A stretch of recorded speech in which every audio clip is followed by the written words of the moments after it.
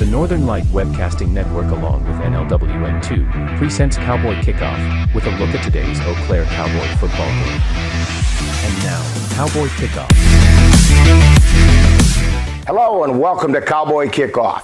Rick Olson here in the NLWN2 studio, and we're getting ready to bring you Eau Claire Cowboy Football as the 7-2 Cowboys prepare to wrap up their regular season schedule today as they travel to Verona, Wisconsin to face the 6-3 Madison Mad Dawgs.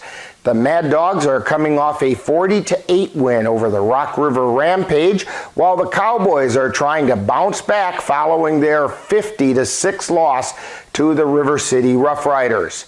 Now, coming up in this edition of Cowboy Kickoff, we'll take a look at today's matchup between the Cowboys and the Mad Dawgs. Then we'll get Coach Pino's perspective on today's game in Coach's Corner. Then we'll send it out to Curtis Jones Field in Verona, Wisconsin, where our broadcast crew will bring you all the play-by-play action of today's game. All that coming up right after this timeout as you're tuned to Cowboy Kickoff on the Northern Light Webcasting Network and NLWN2.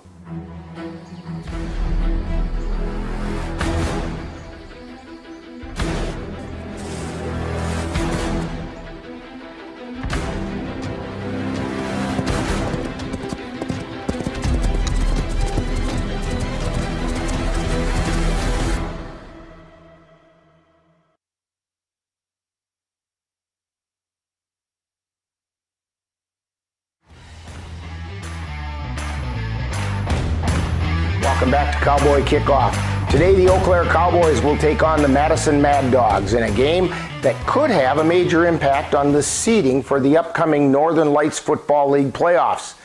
The Cowboys come into today's game with a record of 7 wins and 2 losses following their shocking 50-6 loss to the River City Rough Riders last Saturday. Now, in that game, the Cowboys were simply outplayed in all aspects of the game and would like to put that one behind them and focus on making the playoffs with the hopes of meeting the Rough Riders again and exacting some revenge. The 6-3 Madison Mad Dawgs are coming off a 40-8 win over the Rock River Rampage. Now, based on the most recent statistics we have for the Mad Dawgs, they are led through the air by Curtis Griffin, who has 106 yards on 7 completions and 20 attempts. On the ground, the Dogs are being led by Charlie Schauer, who has carried the ball 10 times for 96 yards and 2 touchdowns. He's followed by DJ Carter, who has 61 yards on 5 carries and a touchdown.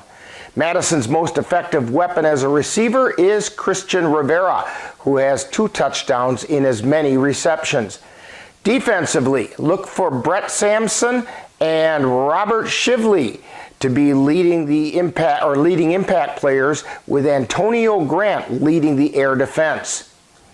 The Cowboys came into last week's game being led through the air by Kari Dorsey, who had completed 12 of 31 passes for 267 yards and 4 touchdowns with 4 interceptions for a quarterback rating of 70.2. The leading receiver at that point had been Taquan Hodges, who had caught 19 passes for 311 yards and 4 touchdowns. Right behind Hodges was Jordan Fons, who had 14 catches for 331 yards and 6 touchdowns. On the ground, the Cowboys have been led by the 3-headed monster of Anthony Marquardt, Jordan Renault, and Ujay Wilkerson. Combined, they've carried the ball 141 times for 799 yards and 18 touchdowns. Now, coming up next on Cowboy Kickoff, I caught up with Cowboy interim head coach Brian Pino and had a chance to talk about today's game.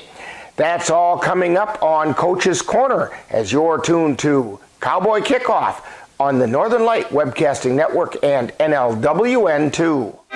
If your estate isn't looking quite estate-like, let Midwest Environmental Consultants landscape your estate right up to snuff with installation of retaining walls, brick patios, foundation planting beds, and so much more. Then they'll keep it that way with their expert lawn care service. Call Midwest Environmental Consultants at 608-468-2067. Let Midwest Environmental Consultants help make your estate the showplace of the neighborhood. Time now for Coach's Corner, with a look at today's game from the coach's point of view. And now, Coach's Corner. We are experiencing technical difficulties, please stand by.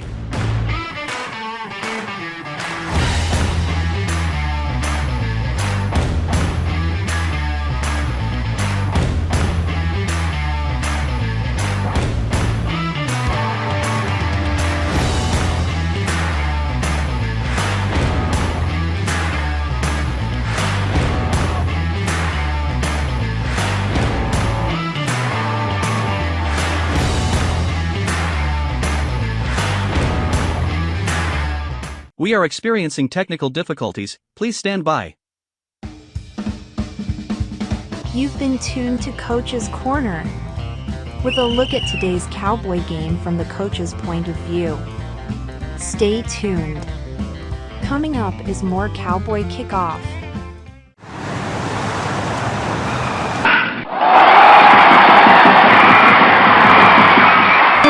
Let NLWN TV and the Northern Light Webcasting Network take you out to the ballgame.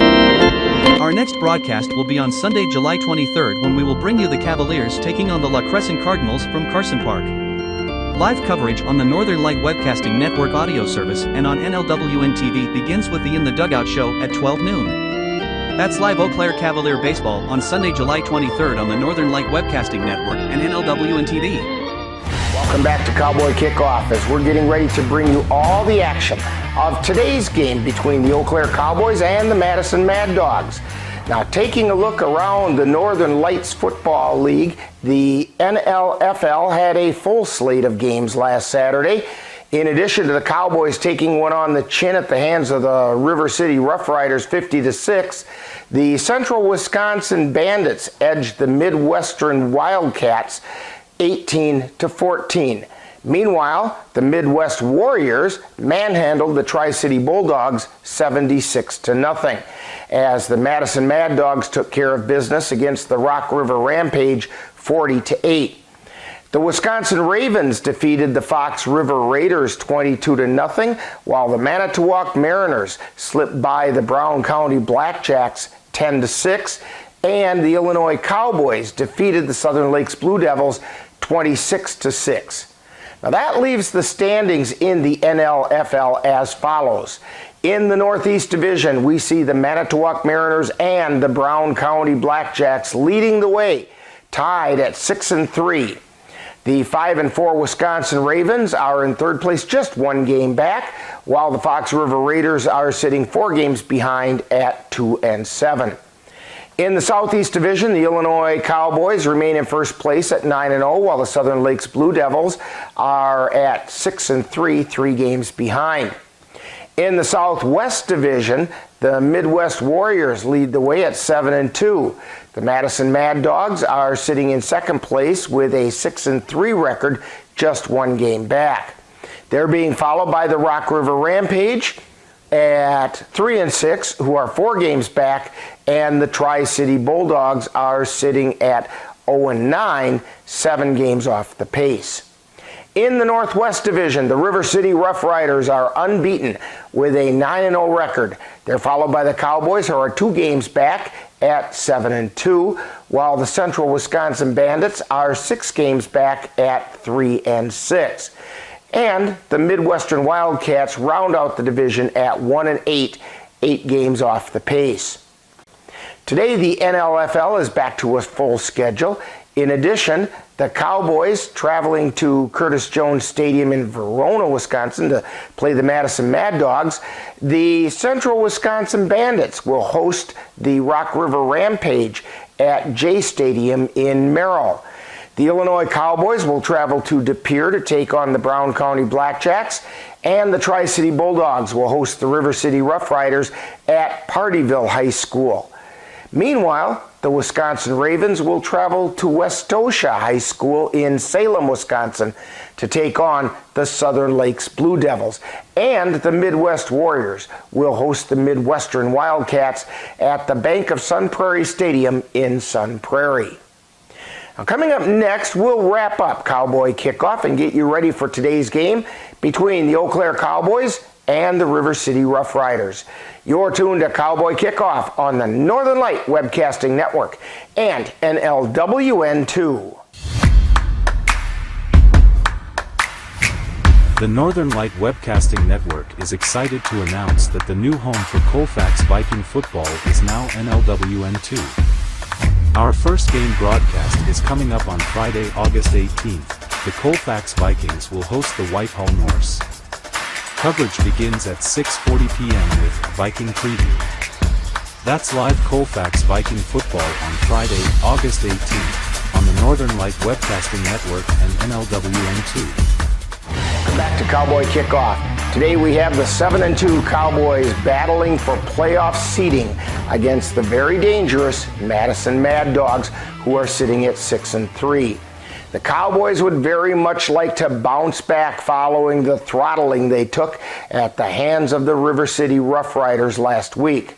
The key to today's game for the Cowboys is, can that Cowboy defense get back to the form they played with a couple of weeks ago when they were shutting opponents down? Also, can the Cowboy offense get back on track and put points on the board? So it all adds up to some exciting football action with the Cowboys facing the Madison Mad Dawgs with playoff seeding on the line, right here on the Northern Light Webcasting Network and NLWN2. Now, in just a few moments, we'll send it down to our broadcast crew in Verona, Wisconsin, and they'll have all the play-by-play action for you coming up next. Now, you've been tuned to Cowboy Kickoff on the Northern Light Webcasting Network and NLWN2.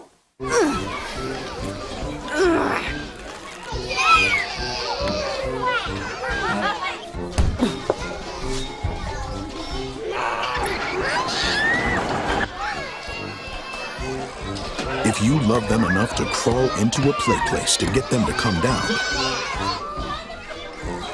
then surely you'll check nhtsa.gov/the right seat to make sure they're in the right car seat. You've been tuned to Cowboy Kickoff on NLWN2 with a look at today's Eau Claire Cowboys game. Stay tuned. Coming up next is live Eau Claire Cowboy Football. It happens to everyone eventually. Your computer goes on the fritz. Fear not, Sladen's Technology Services can help. When your computer decides to not cooperate, it can be very frustrating. Let Sladen's Technology Services keep you from wanting to drive your computer right off a cliff. Sladen's Technology Services supports business of all sizes. They offer assistance with managed anti-malware, encrypted email, fast tech support, data backup, and recovery, and more. Call Sladen's Technology Services at 715-864-2833 and get the IT help you desire. Sladen's Technology Services is the official IT service for the Northern Light Webcasting Network.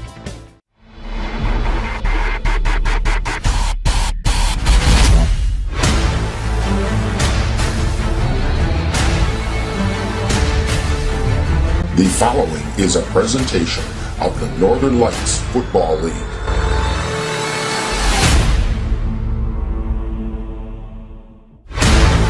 The Northern Light Webcasting Network, along with NLWN2, presents Eau Claire Cowboys Football. Follow the Cowboys all season long as they work their way through the Northern Lights Football League. And now, out to the stadium for Eau Claire Cowboys Football. And good afternoon and welcome to Curtis Jones Stadium. Rick Olson here along with Paul Renault and Monroe on the camera tonight. Going to bring us all the great shots of today's game as the 7-2 Cowboys take on the 6-3 Madison Mad Dawgs. Cowboys going to be a little short-handed with bodies today, but hey, we've got more than 11, so we're ready to play some football. Cowboys won the toss and deferred their choice to the second half. So the Mad Dawgs will be kicking from left to right. I'm going to be very curious to see what the starting lineup is like for the Cowboys out there. Whether we get Kari Dorsey or Shane Van Roo at quarterback. I know we have 3 running backs over there. U.J. Wilkerson and Anthony Marquardt, and Noah Hydorn is also ready to roll. Wide receivers will be probably quite a hodgepodge and collection today.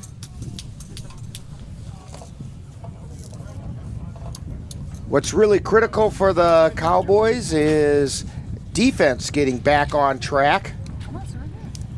They kind of fell off the rails last week. Paul, you were there. Talk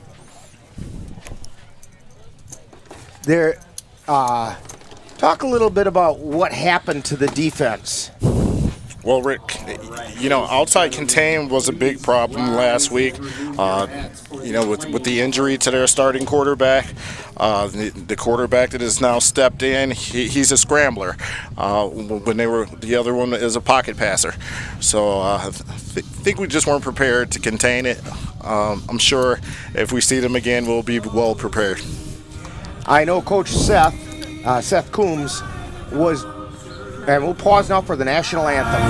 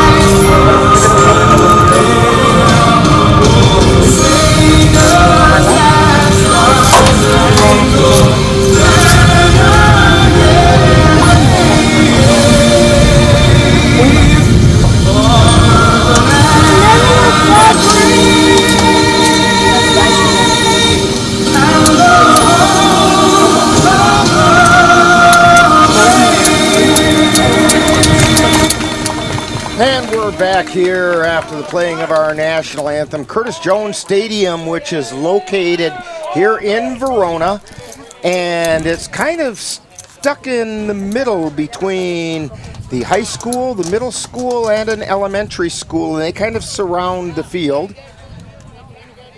It is a natural grass field, but this is a pretty nice natural grass facility, one of the nicer ones I've seen in a while.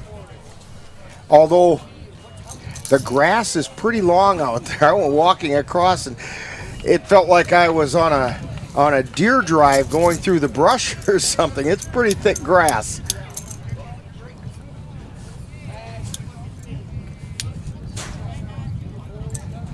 And there are a few spectators working their way in.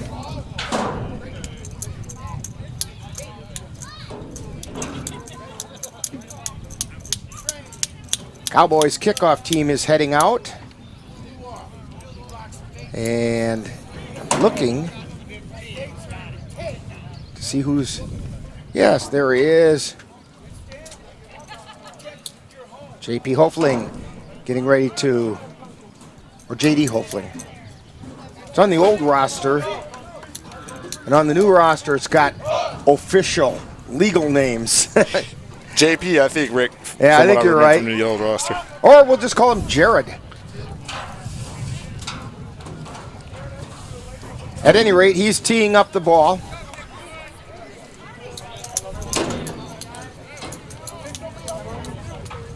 And heading back to receive for the Mad Dawgs. Looks like Javon Nixon and also Clifford Johnson. Well, Johnson on the far side at about the 20-yard line, but they've got three guys there. The other one going back deep. Looks like number 28, Leonte Porter. Sorry about no picture there. That wasn't Ann's fault. That was mine. Usually I don't have to push buttons and talk at the same time. I have to multitask today. Paul, we're in trouble. There's the whistle. Hofling approaches and swings the leg. Drives it down to about the 30. It checks up there and falling on it at the last second Was number 7. Clifford Johnson. Looks like number 8 was on the tackle, Jordan Pons. And spotting it at about the 32-yard line. So it'll be 1st and 10 for the Mad Dawgs at that point.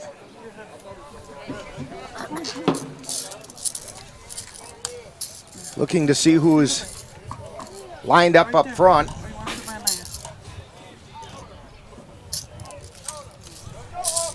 Defensive line's going to be anchored by Russ Hayden. Jay Riley in the middle. And it looks like Hofling on the left end there. And nope. Tarante. Number 9, Tarante That Wilson. is a 9. You're right. You know, if nothing else happens before next season, we're going to change jerseys so we can read the numbers real clearly. White numbers. Yes. Always work best. You can outline them in whatever color you want, but white numbers. All right, Mad Dawgs come up to the line. They're still trying to get the chains straightened out.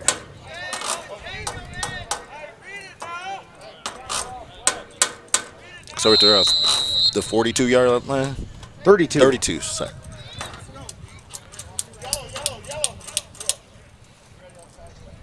Quarterback getting his chin strap snapped. Keenan Carter. Or maybe that, see how they're lined up.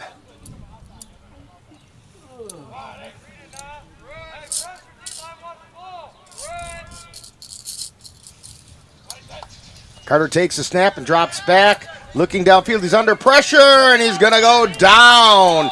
Back at about the 28-yard line, loss of 4. Number 66 on the tackle. Russell Hayden. Russ has really come into his own the last couple weeks. 2nd down and about 14.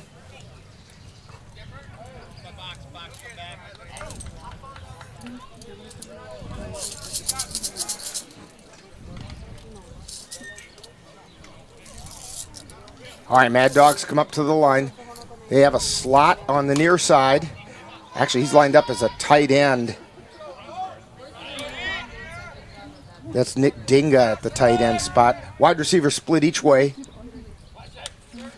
Snap, give off up the middle, and back to the line of scrimmage, and not much more. That's going to be Antonio Bliss-Purdue. Number 51 on the stop. Well, that would be Jay Riley, part of that defensive front. 3rd down and about 14.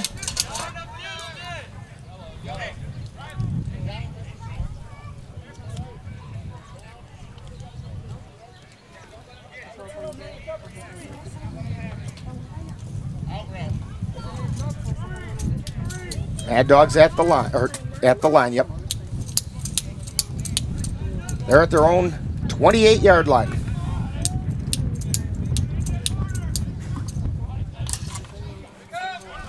Quarterback drops back. Now he's scrambling. He's in trouble.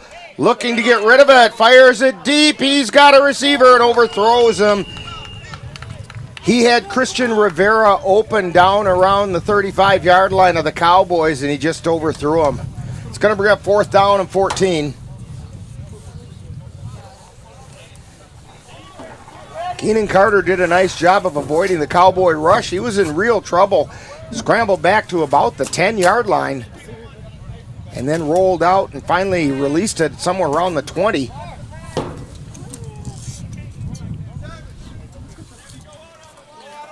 Charlie Shower, yes, is back in punt formation. And we got Jamar Davis back deep for the Cowboys.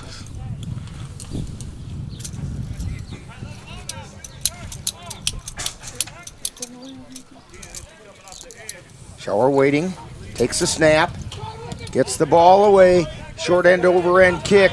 It falls at about the 45, rolls down to the 38-yard line where it's down by the Mad Dawgs.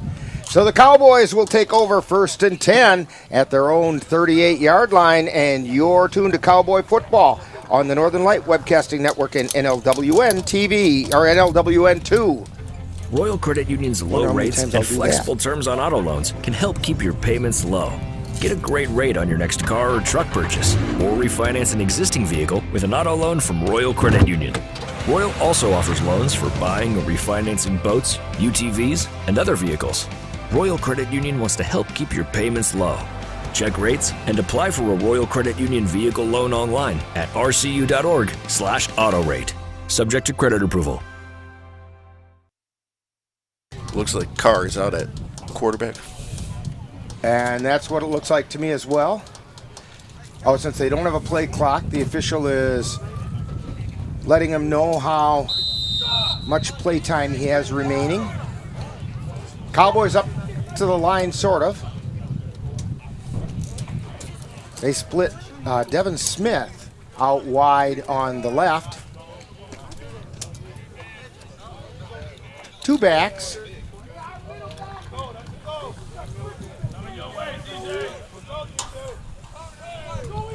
Dorsey waiting.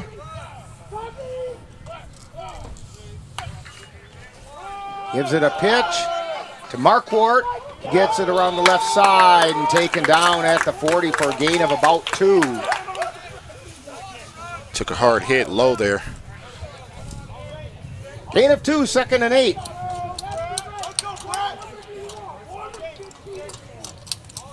Anthony Marquardt and Ujay Wilkerson are going to see the bulk of the action at running back.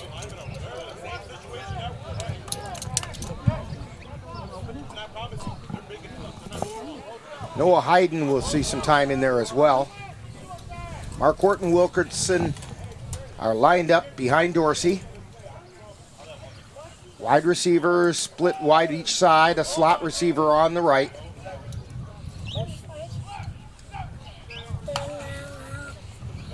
Dorsey keeps it himself, goes around the left side, and he's got some room. I think he's going. And he is off to the races. Just pushed out at the 20-yard line.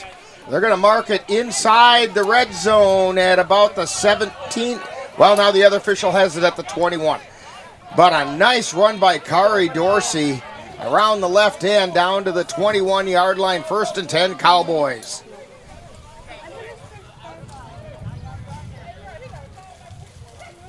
Dorsey showing some of that triple threat that he offers.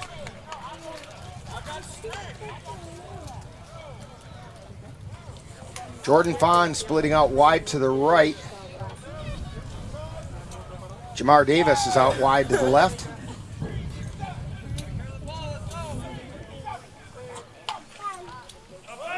Give straight up the middle, Ujay Wilkerson down or inside the 15. He's still on his feet, and finally the whistle blows a dead ball, comes loose, but long after the whistle blew. They're going to mark it right at the 15 is where his forward progress is.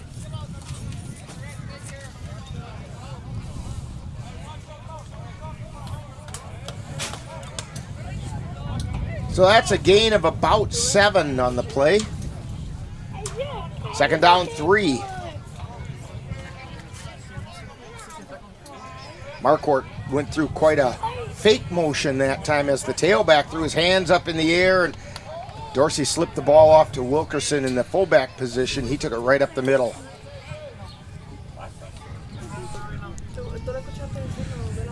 Looks like Ujay's having a problem with his helmet. Got Noah Hayden in at fullback.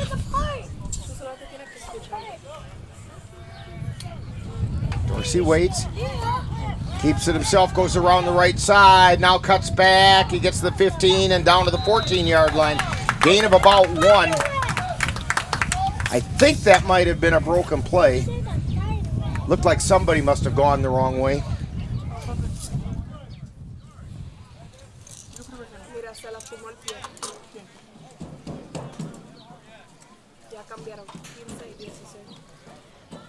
So it's 3rd down. Looks like a long 2. Cowboys taking a long time getting this play in.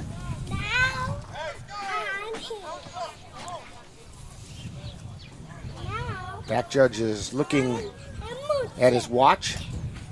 Yep, and we're down to about 10 seconds. Now he hands it off. Straight up the middle. UJ Wilkinson got his knees taken out from under him. It's going to be close to a first down. Let's see where they mark it. Looks like he's a little short. Fourth down and less than a yard.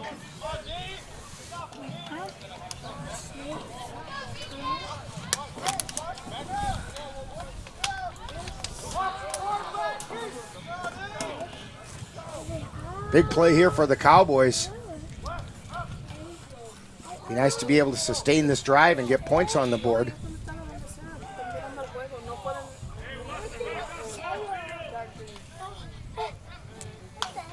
Dorsey gives the ball to UJ. No, he dropped the ball. Now he's going to go down back outside the 20-yard line. The ball's going to go over on downs to the Mad Dawgs.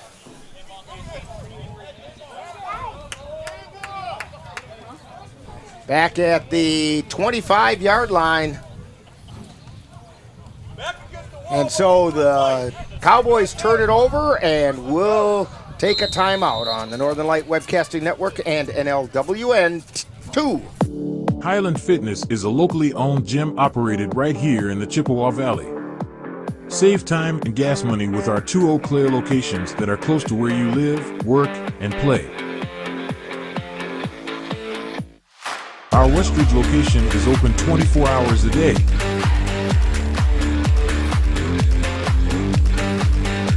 Convenient, friendly, and comfortable.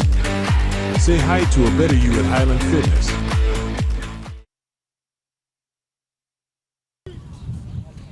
Back at the line of scrimmage. Mad Dawgs with the ball. There's a snap and dropping back, looking out in the flat. They've got Xavier Howard and taken down, actually right about the line of scrimmage. He might have gotten a yard on the play. Terante Wilson ended up cleaning him up after he did dodged out a few people. Just outside the 25-yard line.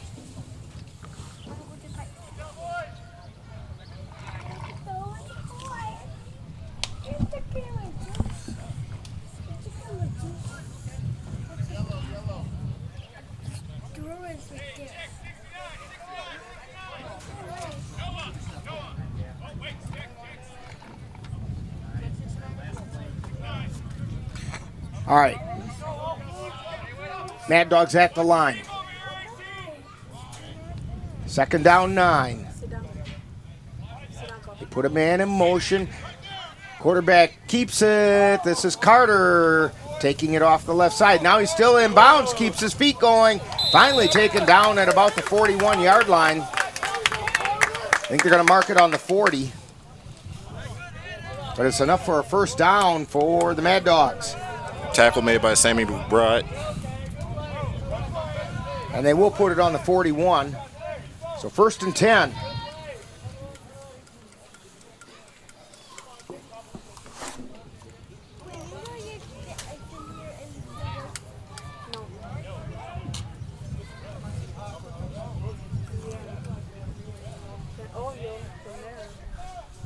Mad Dawgs up to the line. They send 3 receivers out wide to the right. Naked backfield. Slot receiver on the left side.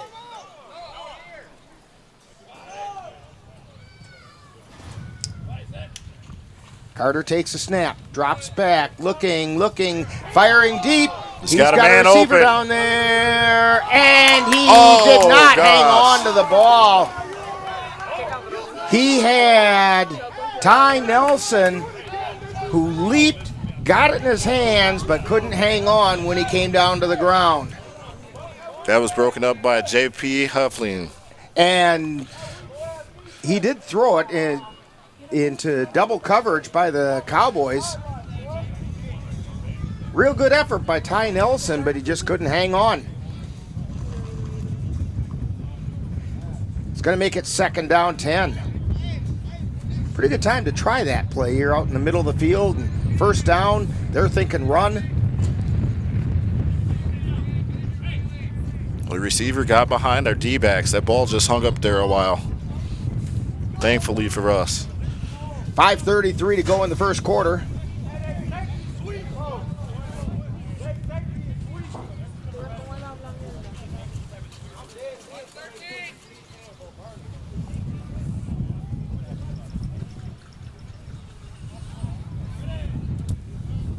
Mad Dawgs have 3 receivers out wide to the right side.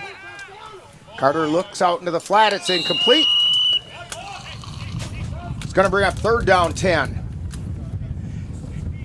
Pass was intended for Ty Nelson over on the left side.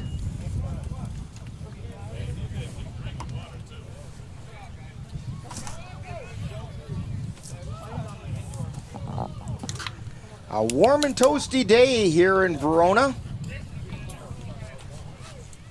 But for summer football, this isn't too bad.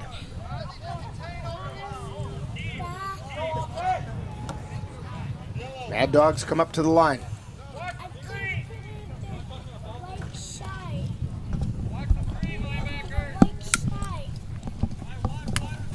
There's a running back behind Carter.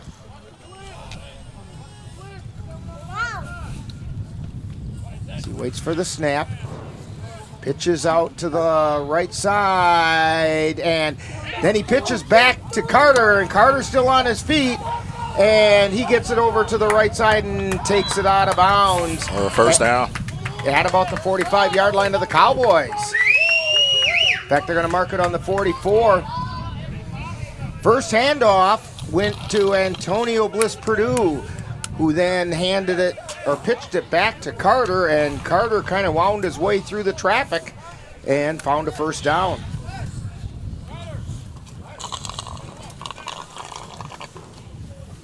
I think it's up here. Oh.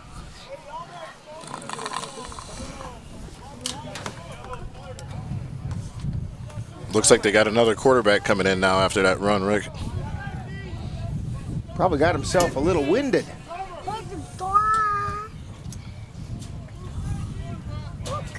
Trying to catch his number. Number 11, it looks like. That's what I was thinking. That's Ryder Richardson. Takes the ball, drops back, looking downfield, and he's going to go down. Back in Mad Dog territory at about the 46-yard line. Loss of about 10. Well, I'll make it 9 because they're going to put it on the 47. The sack was by Toronte Wilson. I wouldn't be surprised to see Toronte get a little tight end time today on offense. Cowboys are a little bit short-handed.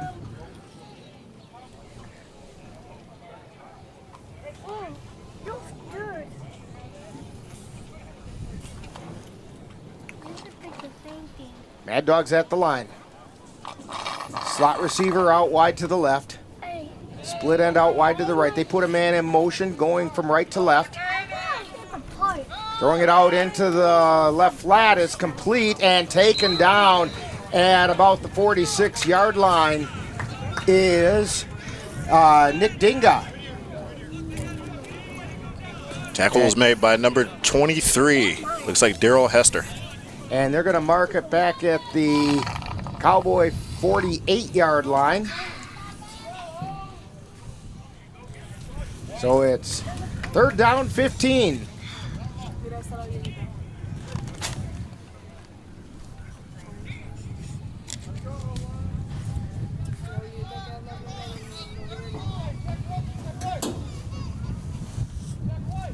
Mad Dawgs at the line.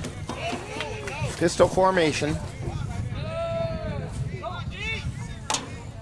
Dropping back, looking down into the flat, and it's complete, and he breaks the tackle, heading towards the end zone. Down at the 1. Did not. No, they're marking touchdown. Giving him a touchdown.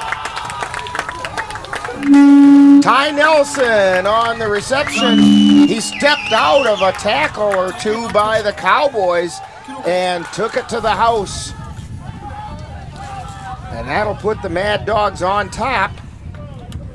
Touchdown, Mad Dawgs! 6-0.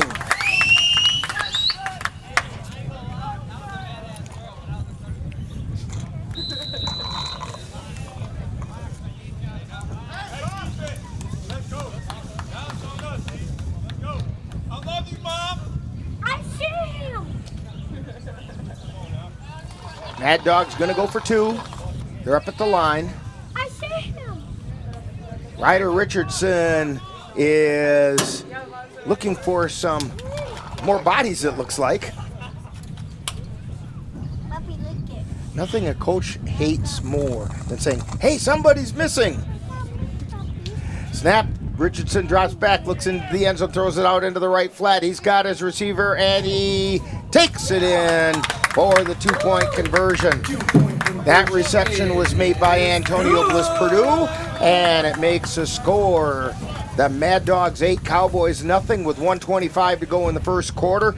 And you're tuned to Cowboy Football on the Northern Light Webcasting Network and NLWN 2. Let Menominee Eye and Optical help you see the world for the beautiful place it is. Doctors Nicholas and Marianne Comroe provide both comprehensive and emergency eye care for all, including pediatric and special needs patients. Whether it's examination for glasses to cataract and LASIK care, or diagnosis and management of macular degeneration, diabetic retinopathy, glaucoma, and so much more. In addition, Menominee Eye and Optical's experienced opticians will help guide you to the highest quality eye care for the best value. That's Menominee Eye and Optical, located at 520 Wilson Avenue in Menominee, where they specialize in quality, personalized care for you and your family. Valley Sports Academy, the Chippewa Valley's only full-service, indoor, sports training facility. Whatever your sport, Valley Sports Academy has a program for you. Valley Sports Academy has an emphasis on state-of-the-art performance training in hockey, soccer, lacrosse, baseball, and softball. VSA's facility allows for customized coaching, training, and experiences to help elevate athletes of all ages to reach new levels. Check out Valley Sports Academy at 1855 125th Street in Lake Hallie, or call them at 715-839-2700.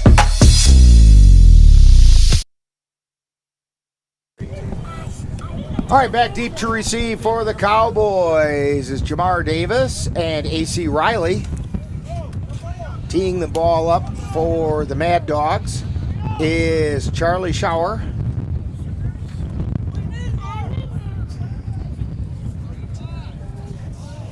Mad Dawgs again looking for another body on the field.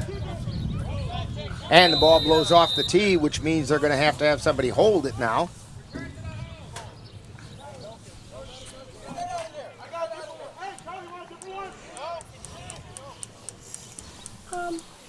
And now they've got things the way they want it. And the kick. Ujay Wilkerson receives it at about the 38. He's got it across the 45 out to the 50. He turns the corner and gets it to about the 42-yard line of the Mad Dawgs, where the Cowboys will have it 1st and 10.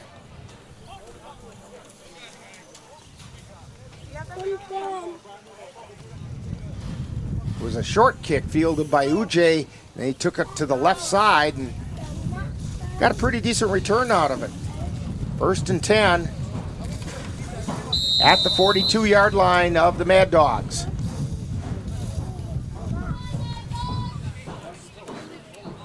I'm surprised they let that kick go.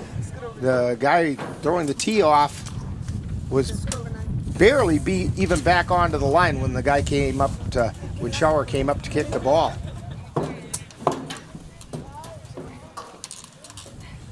Okay, the chains are now set.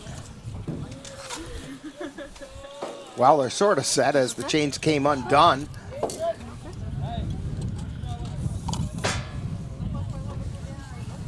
Looks like they've got it under control. Cowboys come up to the line. We have a slot receiver on the near side.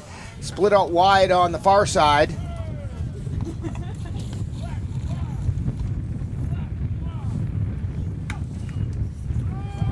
Handoff to Marquardt. Marquardt straight up off on the left side. In that guard tackle gap, got it across the 40 down to about the 38-yard line. It's going to be a gain of 4. 2nd down, 6.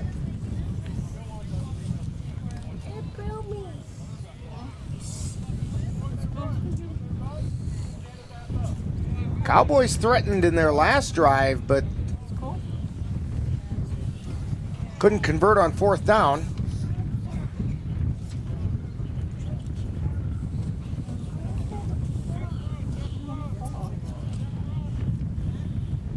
Looks Looks like we got Noah Hayden back in at fullback. There's a hole in it. Same formation, in fact. Slot receiver on the right, split end out on the left. Marquardt with it, takes it around the right side, but he's contained and he tries to get rid of the ball. Fallen on by the Cowboys. Tried to pass it back to Hayden, and that didn't work too well.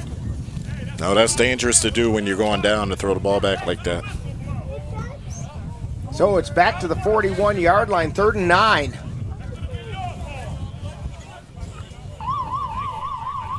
And that'll be the end of the first quarter. So the score after one period, it's the Mad Dawgs 8, Cowboys nothing on the Northern Light Webcasting Network and NLWN 2. The Northern Light Webcasting Network is excited to announce that the new home for Colfax Viking football is now NLWN 2. Our first game broadcast is coming up on Friday, August 18th. The Colfax Vikings will host the Whitehall Norse. Coverage begins at 6:40 p.m. with Viking Preview. That's live Colfax Viking football on Friday, August 18th, on the Northern Light Webcasting Network and NLWN 2. Dr. Andrew Van Roo and the rest of his team at Van Roo Chiropractic have been committed to addressing your unique needs. Whether you are experiencing back pain, neck pain, headaches, or even muscular tightness and tension, Van Roo Chiropractic is the place to go. Van Roo Chiropractic can help you attain your everyday wellness goals. Van Roo Chiropractic has been serving the Chippewa Valley since 1997. Call Van Roo Chiropractic at 715-926-6001 to receive the answers to your questions. That's Van Roo Chiropractic at 910 Countryside Parkway in Mondovi.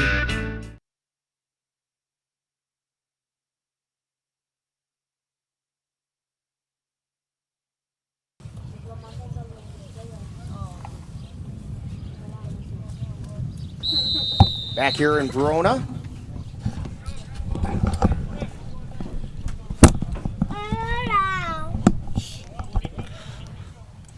UJ Wilkerson in the backfield, single back.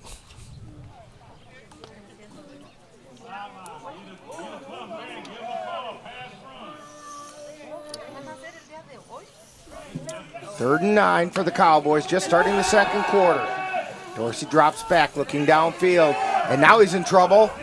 Scrambles over to his right, throws it, and it falls incomplete. Right through the hands that time of Mike Johnson. I think that was, I could be wrong about that out there. No, it was Jason Arneson. 87, not 83. 4th and 9 for the Cowboys at the Mad Dog 41.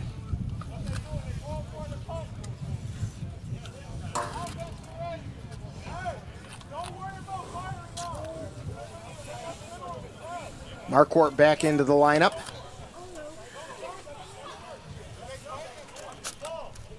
Kari Dorsey now with the play comes in.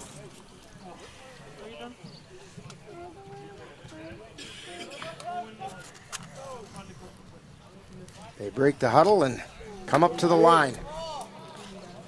You know, Paul, the Cowboys sure take forever to get those plays in. Just taking a while. We're under 10 seconds on the play clock, now under 5. Dorsey in trouble, looking downfield, throws it out into the flap, and it's way out of bounds. And the ball goes over on downs. Pass was intended for Devin Smith.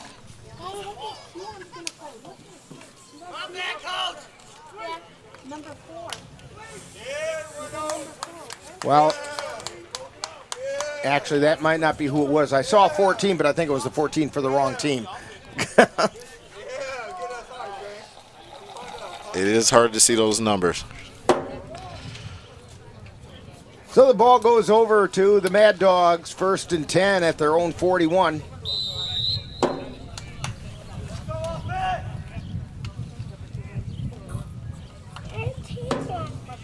They come up to the line of scrimmage. Ty Nelson Or check that. Ryder Richardson in at quarterback.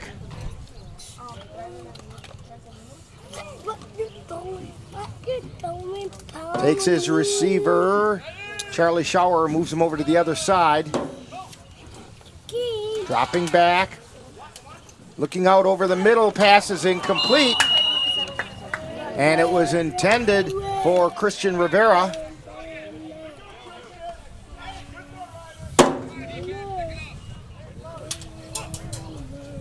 Second down and 10.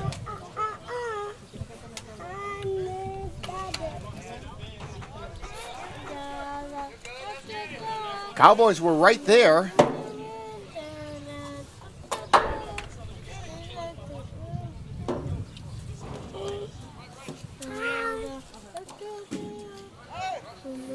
Slot receivers on both sides. Handoff. Give to Richardson, and he hands it off. The ball came loose, but they're saying he was down by contact. Back at the 38-yard line, loss of 3. That's going to bring up third down and 13. And that was Russell Hyden with the tackle for loss.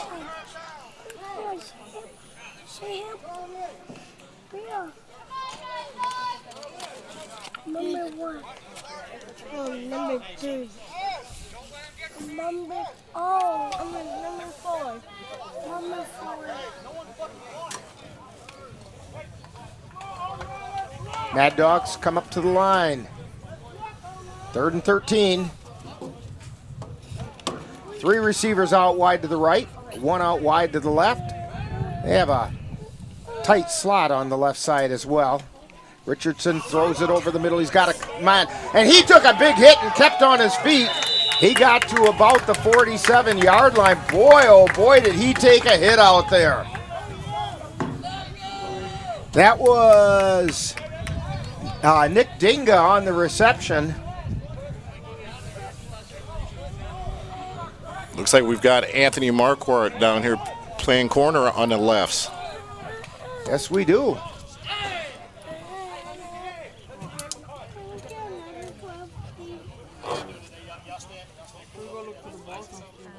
Fourth down and about 5 for the Mad Dawgs.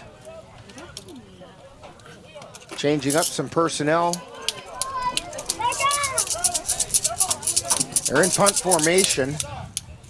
Trying to see who's back deep for the Cowboys.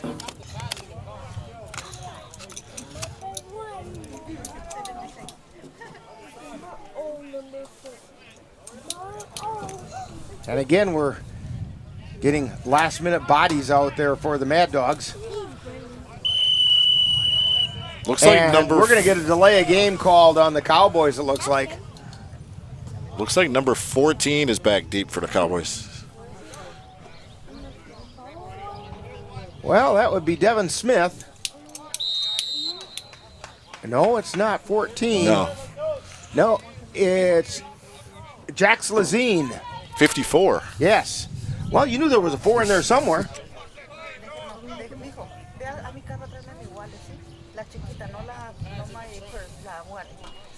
There's a snap and the kick. Low line drive kick. Lands at about the 29. Lazine picks it up. He's out across the 30, going over to the left side to the 40. Turns the corner across the 50, down to the 40, and keeps his feet, finally pushed out of bounds. They're going to say at the 36-yard line. Excellent field position for the Cowboys, 1st and 10.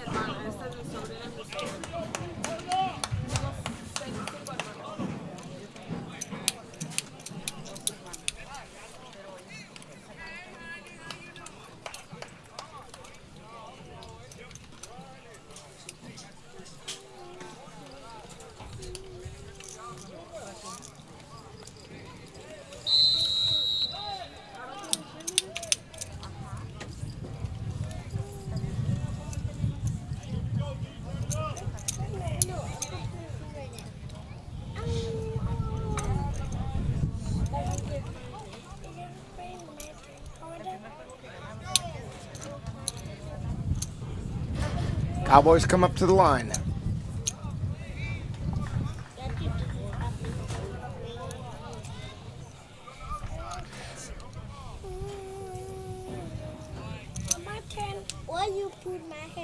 Wilkerson or Marquardt in the backfield. That's the power running team. I think Anthony may be a little tired today with double duty. I think you're right.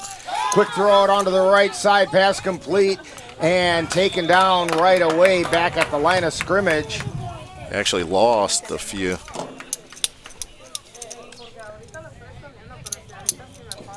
Trying to catch the number of that person who caught that out there.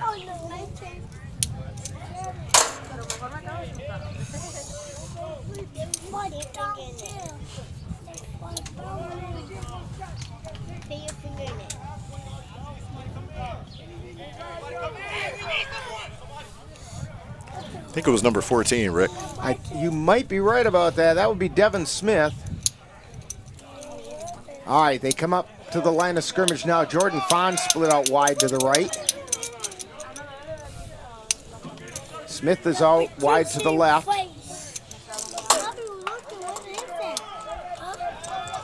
Dorsey keeps it himself around the right side. He's down across the 30. Penalty marker comes out to the 25. And we have another penalty marker late.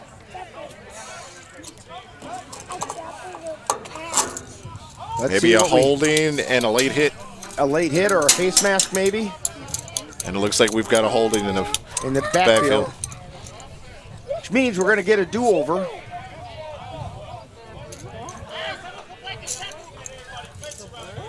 Wait and see what the officials get figured out here.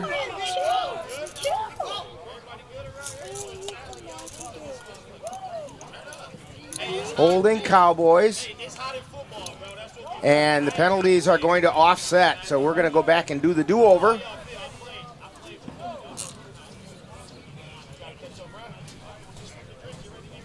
It's going to be second down and 12.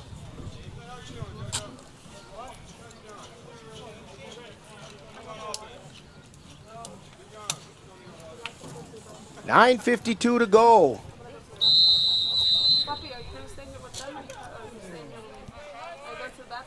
We're waiting for the clock to go now. It's going.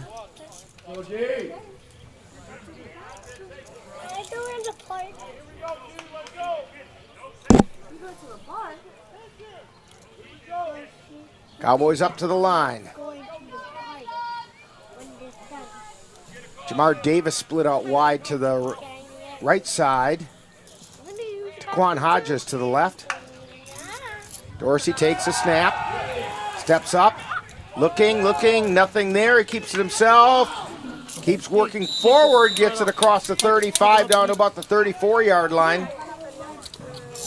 where they got turned back. It's going to bring up a third and about 8.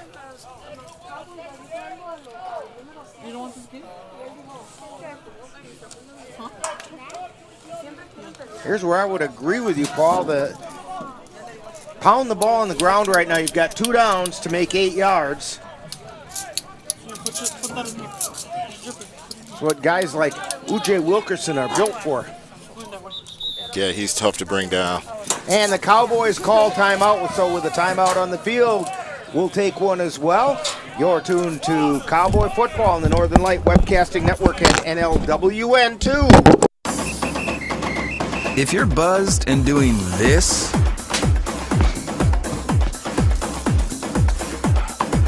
to make yourself feel okay to drive, ZWX.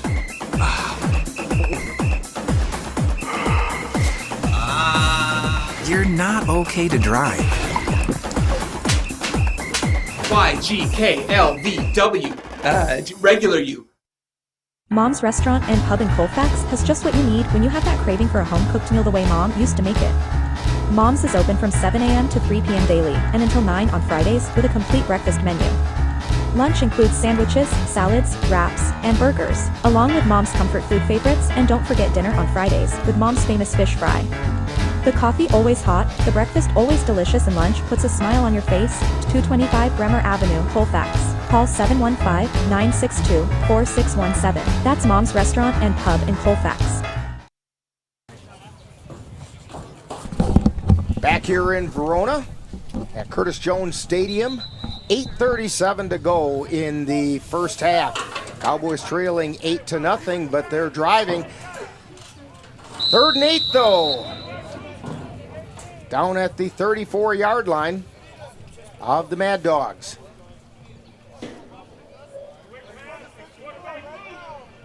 Kari Dorsey has the Cowboys up to the line. Slot receivers both ways. Dorsey drops back looking downfield. Steps up, throws it down. That looks like trouble. Intercepted. It's intercepted, but intercepted back at about the 1-yard line. Touchback, I think. Or is it at the 1? I think it's at the 1. He's marking it at the 1. So if you're going to have an interception, that's the way to do it. Best case scenario out of the bad situation.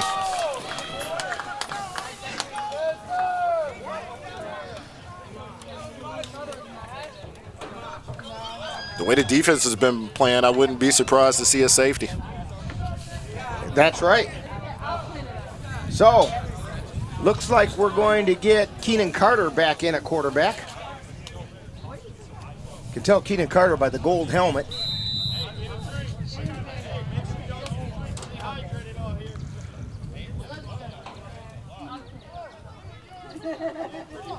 Yeah, it's time for Russ Hayden to come through with one of his big penetration moves, and he is hard to stop.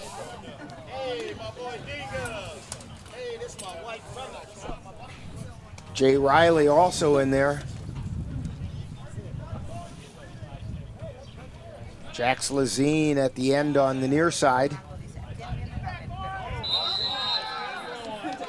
And a penalty flag, and it's going to be encroachment on the Cowboys. Although, I was glad to see Russ Hayden. If you're going to go, you might as well make it worthwhile. And he did. The offensive lineman discovered where his wallet was hiding. In that back pocket.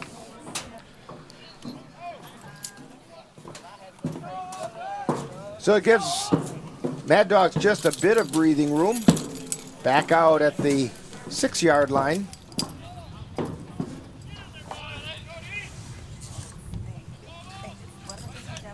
Carter at quarterback, gives the ball straight up the middle, and not much there. He got back to the line of scrimmage, and that's about it. It's going to be 2nd and 5.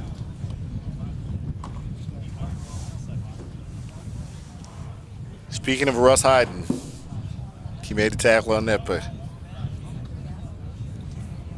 And I believe the running back on that was Charlie Schauer. He's been the one lined up back there most of the time.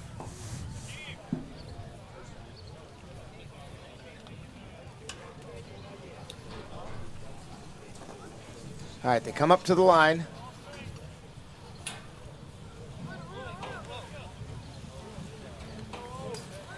Carter has slot receivers both ways.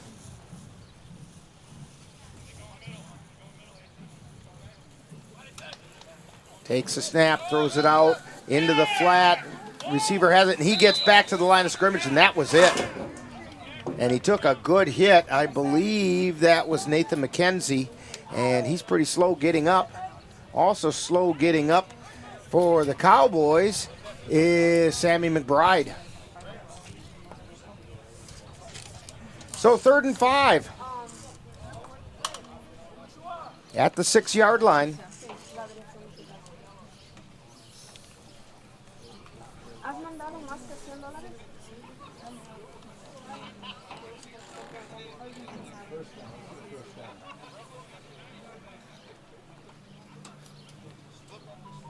And the Mad Dawgs are at the line. Single setback. Again, slots both ways. Running back goes in motion. Carter keeps it. He's got a little bit of room. He gets it out across the 20 and finally dragged out of bounds.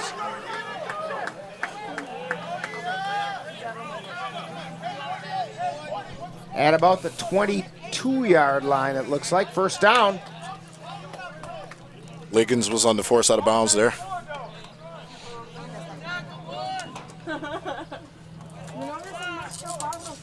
Carter has made some big slippery types of plays.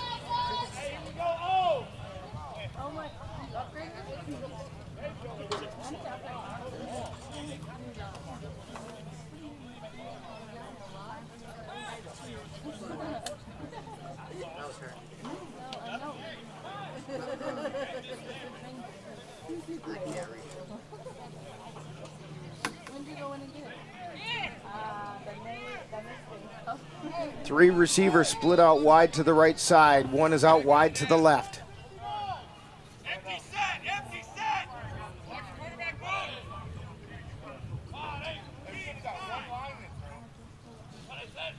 Carter takes a snap.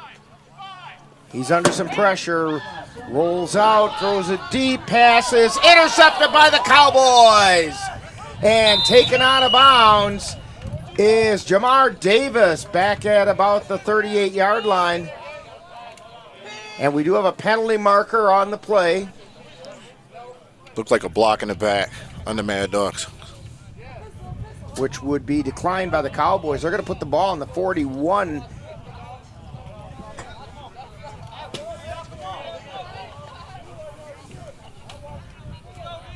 And the ball is coming back.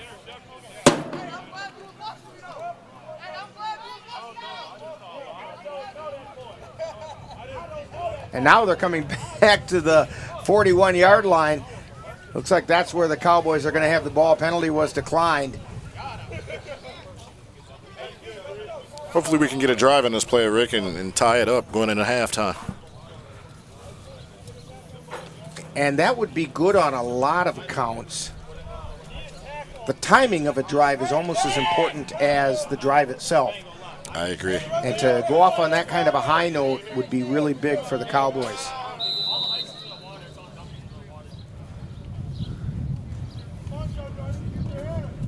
All right, they come up to the line of scrimmage. Slot receivers out wide to the right.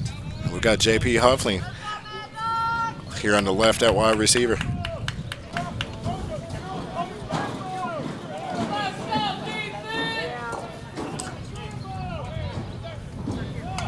Dorsey takes the ball, gives it to Ujay. He's across the 40, he's out to the 50, down to the 45, and keeps his feet going. Gets it down to about the, check that. He's at the 47 is where they're going to, penalty marker flies in at the end. 12-yard gain by Ujay. Just what we talked about, Rick, pounding the ball. You're exactly right. Let's see if this stands. Personal foul, that'll be tacked on after the run, I think.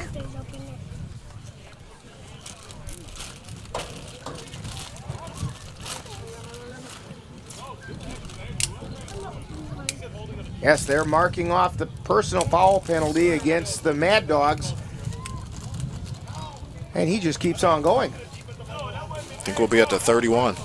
I think you're right.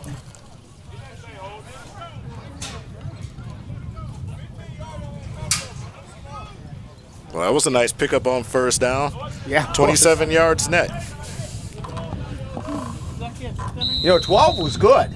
It was. And now we get another 15. All right, Cowboys at the line. Slot out wide to the right.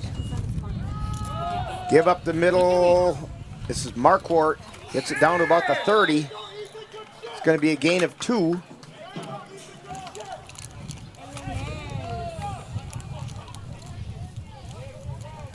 Second down, and 8 yards to go.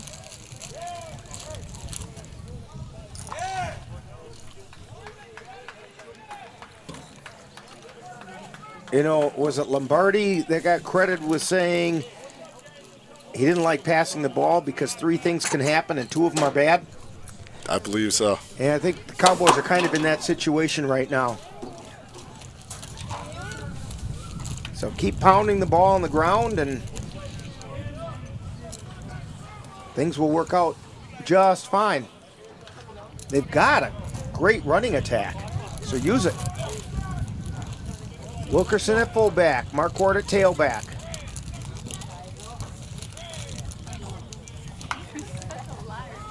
Dorsey keeps it himself, and he gets taken down. Oh, he keeps his feet up. He gets back to the 30 and inside the 30 to about the 27-yard line. Boy, I thought Dorsey was going down back around the 40, and he slipped that tackle. Great balance. They're going to mark it at the 26. Stop it. That's going to bring up 3rd and long 3.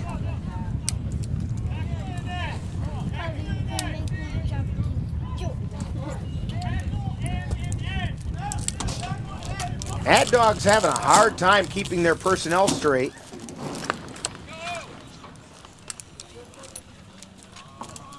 Cowboys up to the line.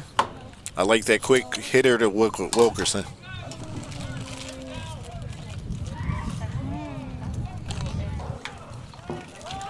And that's what you got. Wilkerson got stood up, and it's going to be about a yard short.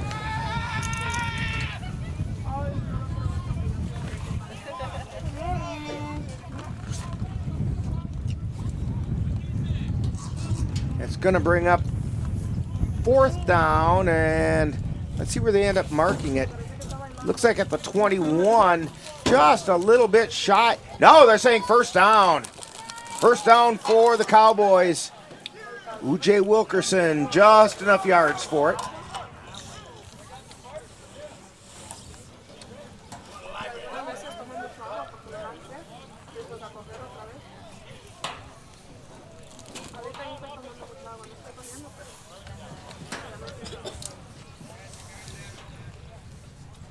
Jordan Fahn's out wide to the right.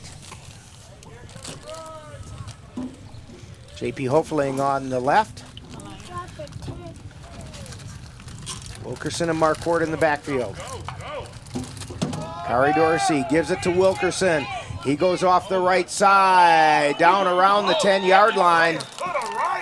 And that's about where they're going to mark it, is at the 10-yard line. 11-yard pickup, and he finished that run.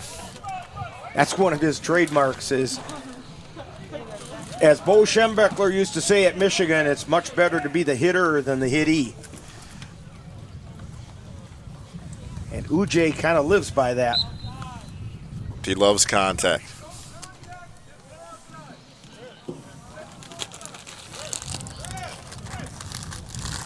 So 1st and 10 for the Cowboys, just outside the 10-yard line. We have a timeout. It's a 2-minute warning. So 2 minutes to go in the first half. And it's the Mad Dawgs 8, Cowboys nothing on the Northern Light Webcasting Network and NLWN TV. Come on and join our team. That's right, you can be part of the fast-growing fiber optics industry by joining with Sopiar's Fiber Solutions. We're looking for motivated individuals who can help us expand our aerial, underground, and internal fiber termination services. Call Sopiar's Fiber Solutions at 715-289-3337. That's Sopiar's Fiber Solutions, your fiber network specialists.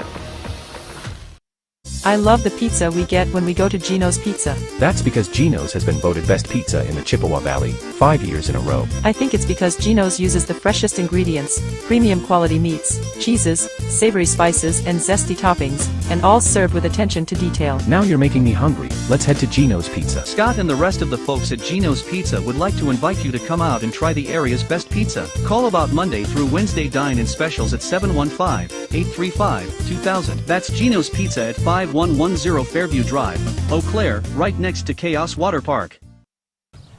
So 2 minutes to go in half number 1. Cowboys trailing 8-0. And they're on the move, 1st and 10, the 10-yard line of the Mad Dawgs. Hopefully we can punch this in here.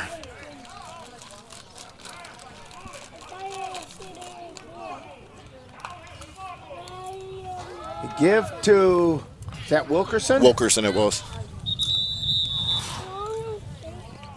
No gain, or maybe half a yard. Yeah, not much.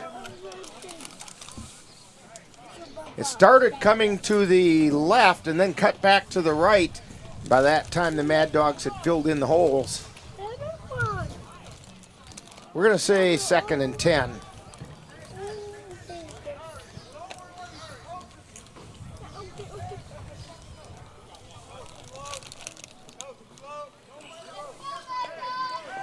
All right, Cowboys come up to the line.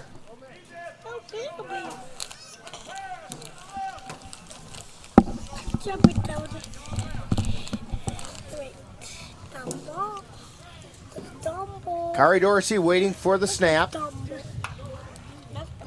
Pitches it out to the left side, but caught from behind is Anthony Marquardt.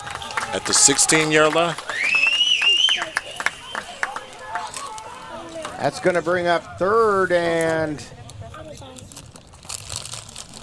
depending on where they spot it, at least 15, maybe 16. Timeout called by the Cowboys, so with a timeout on the field, 58 seconds remaining in the first half, and it's the Mad Dawgs 8, Cowboys nothing on the Northern Light Webcasting Network and NLWN TV. Attention all my lords and ladies. It's time to travel back to the time when the nights were gallant and the festivals were grand. Do just that at the Newborn Village Renaissance Festival for 4 thrilling weeks from June 10th through July 2nd. Visit with the merchants who will be vending their wares, or enjoy what the village cooks and bakers have prepared as savory sensations and tantalizing sweet treats to fill your bellies. Plenty of activities for the kids, so this is a great place for the whole family. The Newborn Village Renaissance Festival is located at the Eagle Ridge Festival Grounds, 2302 Nelson Road in Chippewa Falls.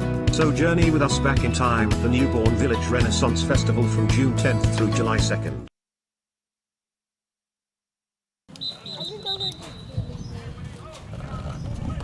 .4 seconds to go in the first half. 3rd down, 16 for the Cowboys. At the 16, just outside the 16-yard line. They can get a first down without getting a touchdown, but why? Just get the touchdown.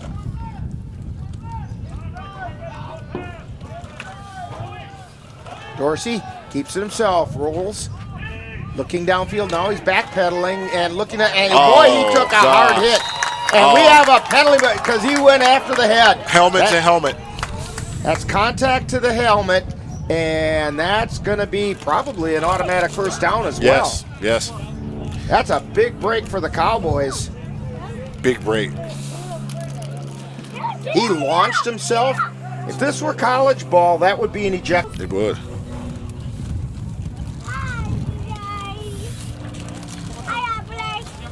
They waved it off. Oh my goodness. It didn't look like it was intentional, but he did look like he hit him up kind of high. He hit him high, and he did leap at him. Big loss. So it's back to the 29-yard line. 4th and forever for the Cowboys. Clock is running.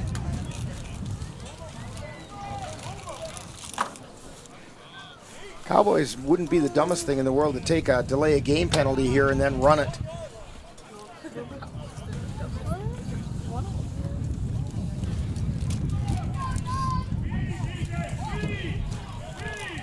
Cowboys up to the line. 20 seconds to go in the half. Dorsey drops back, looking downfield. Fires it. He has Jax Lazine with it. And Lazine gets down around the 10. He's still on his feet. Taken down. And that's not going to be enough for a first down. Ball's going to go over on downs. 1st and 10 at the 10. As the Mad Dawgs will have it.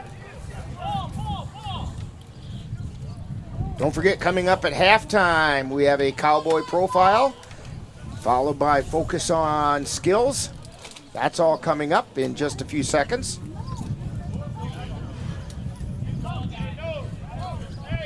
Think they may just take a knee? Well, that would be the smart thing to do right here when you've got the lead. By the same token, if I were the Cowboys, I'd drop people back deep, just in case. Because anything underneath you is probably not going to score from 90 yards away. No, it doesn't look like they're dropping back deep yet.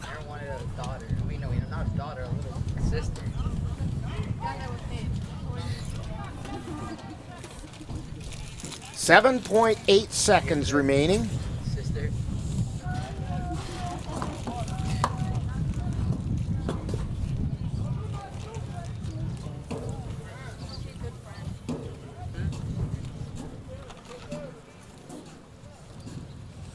Mad Dawgs up to the line.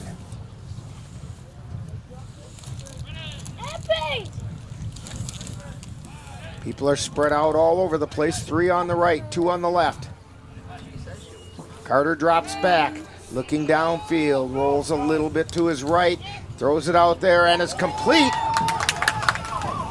Taken in by Kane Johnson, and that's going to be the end of the first half. With the score, the Madison Mad Dawgs 8 and the Cowboys 0. And coming up is Cowboy Halftime. You're tuned to Cowboy Football on the Northern Light Webcasting Network and NLWN TV. Time now for Cowboy Halftime, where we'll get to know one of this year's Cowboy players on Cowboy Profile, and then we'll focus on skills. All that coming up right after this timeout. How will you make your mark? With over 200 jobs, the Army can help you find the answer. No matter your career goals, the Army can get you there. The Army can impact your life in many ways. That's why we offer a variety of benefits to support what's most important to you, your family, and your future. Visit GoArmy.com, request information, watch videos, and see how the Army could be right for you.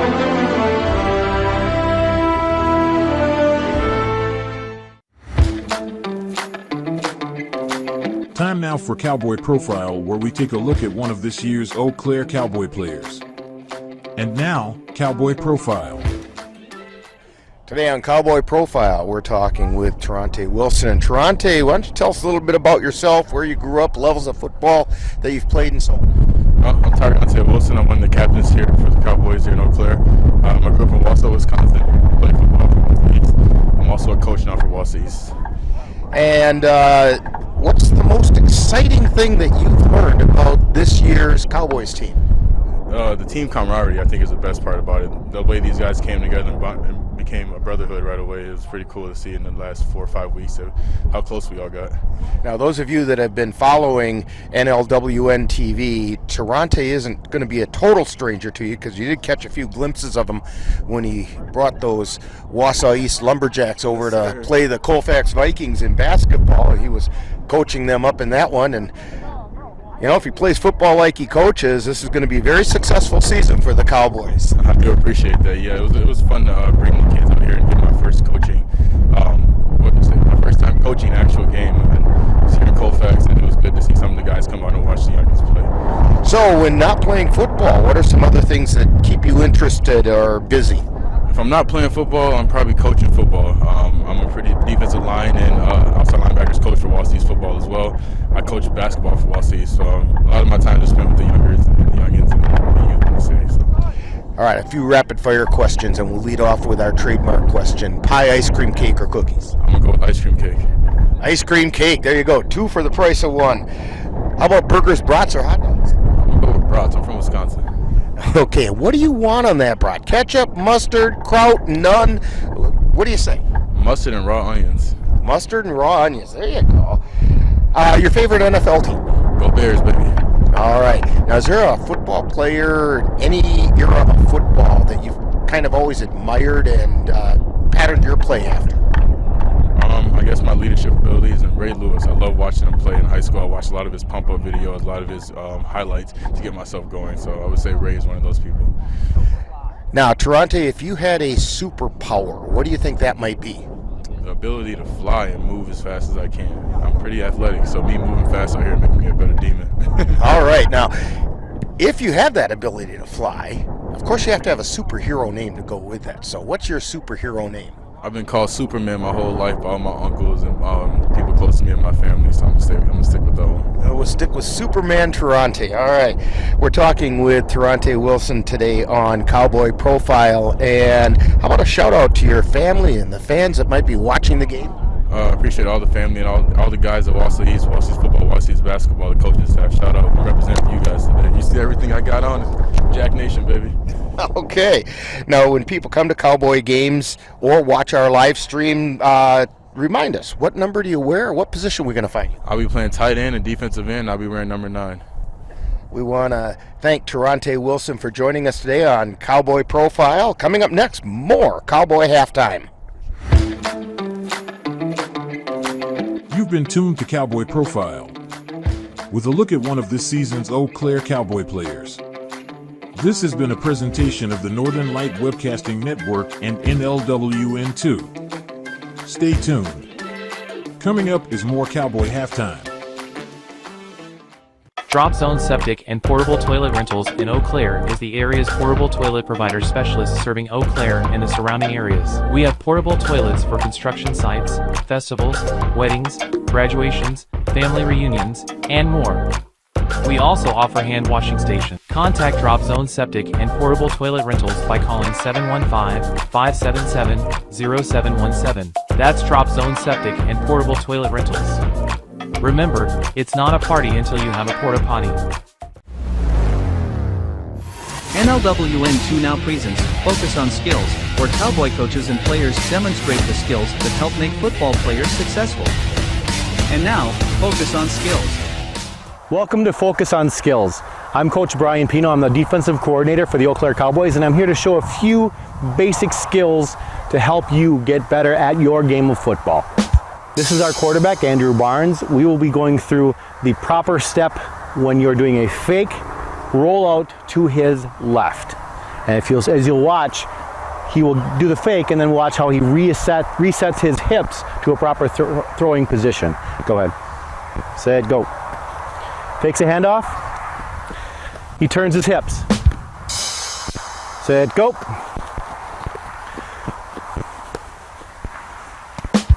Now Andrew will show you the basic 5-step drop back. On the snap, you'll see him take his 5 steps back, setting up properly into his stance with his hips turned, ready to throw. Set, go. You'll notice he crosses his legs a little bit before he sets. If he's going to throw it a different direction, he's going to turn his body. Still pointing his hips, his lead hips specifically toward the target. You've been tuned to Focus on Skills, where Cowboy coaches and players demonstrate the skill that help make football players successful. Stay tuned, more Cowboy Halftime is coming up, followed by second half action.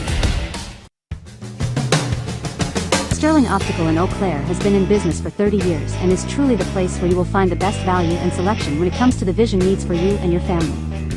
In addition to their extensive line of value frames, ophthalmic lenses, and contact lenses, they also have the area's largest selection of designer frames from brands that include Ray-Ban, Michael Kors, Coach, and Oakley. Stop in and visit Sterling Optical at 4054 Commonwealth Avenue, Eau Claire, or call 715-833-1220.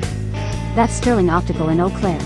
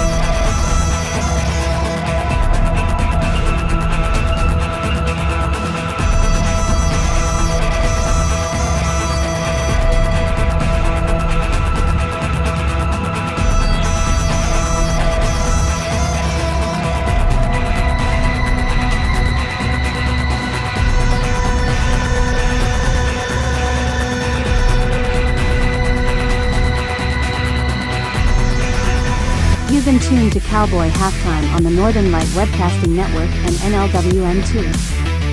Stay tuned. Coming up next is second half action of today's Eau Claire Cowboys game. To get your lawn or garden to perform at attracting what you want, you first need to know what your soil is working with. That's where Midwest Environmental Consultants can help. Their soil testing service can give you a complete rundown on your soil's nutrition and health. They test for nitrogen levels, phosphorus, potash, micronutrients, minerals, pH, and organic matter. Let Midwest Environmental Consultants put you in control of your soil's health. Call Midwest Environmental Consultants at 608-468-2067. That's Midwest Environmental Consultants, serving Western Wisconsin.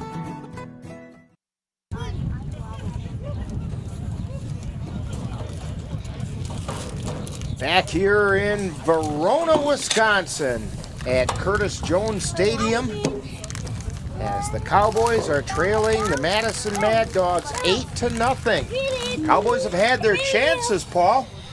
They have. That drive looked really promising before halftime. And then kind of shot themselves in the foot again.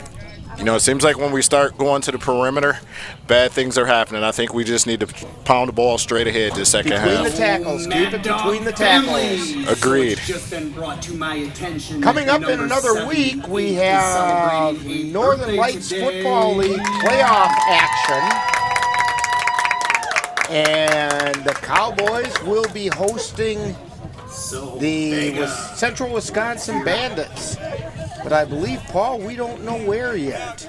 No, it's not determined yet, but this will be the third matchup between the teams. And Rick, what was that score that you had from the first two? Well, the combined score so far in the first two matchups is 134-0 in favor of the Cowboys. I think we should be in pretty good shape for that one. But you got to stop shooting yourself in the foot. The last I heard is the hopes are that maybe someplace like Altoona High School, there's some stadium conflicts that Simpson Field is not available. There's university soccer practice getting underway there, and so it's not available for the Cowboys game. You know, so we're getting close to college sports seasons starting practice here. That's absolutely true. Hey, don't forget, tomorrow on our sister station NLWN TV, we have Eau Claire Cavalier baseball coming your way against the La Crescent Cardinals.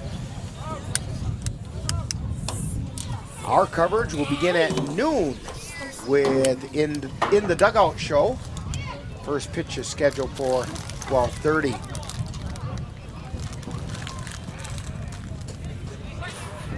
Oh, Ann just wanted to know if I was going to be there, and of course I'll be there, and I think Ann is going to be there, and I'm hoping maybe we'll even have Dan. Maybe he'll be back in town by then. And we'll get Dan over there, and Ben will be there. So we'll have quite the crew at Carson Park for Cavalier baseball. I'm seeing warming up down there for the Cowboys, throwing the ball a little bit is Jordan Fons. But I'll be honest with you, Paul, I think that's kind of what you were talking about. That's not where the Cowboys need to be going at this point. Run the ball between the tackles, and 3 yards in a cloud of dust is going to work today. Agreed. I've got some stats together here for the first half here, Rick. Passing, Kari Dorsey was 2 for 5 for 17 yards and 1 interception. Rushing, we had Anthony Marquardt, 5 carries for 0 yards. Ujay Wilkerson, 6 carries for 36 yards. And Kari Dorsey, 6 carries for 22 yards. Is there a big loss in there somewhere for Marquardt? A couple of losses. Yeah, on that last drive, I think with that pitch, we lost 6. Right here, I got it. And receiving, we had Devin Smith with 1 for -2. We had Jax Lazine, 1 for 19 yards. 2 for 5 just doesn't show an effective passing attack. No, definitely just pound the ball the second half. I think our offensive line has an advantage up front, just firing out straight ahead. Cowboys should be kicking off to start the second half.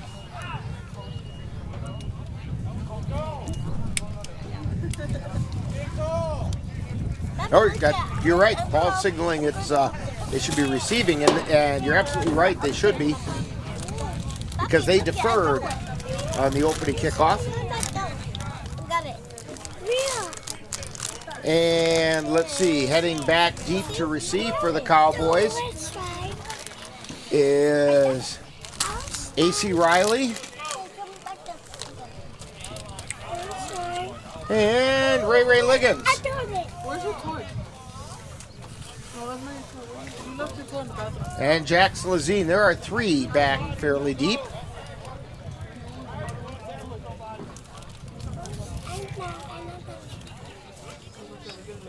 I'm gonna drop there.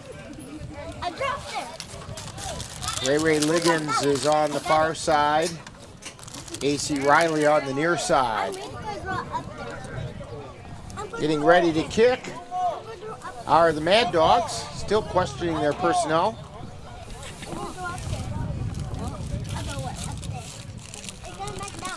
Let's see, it looks to me like they've got 1, 2, 3, 4, 5, 6, 7, 8, 9, 10, 11. Okay, it's the right number. Sometimes when you see a lot going in and out, it's hard telling. Charlie Shower getting ready to kick off.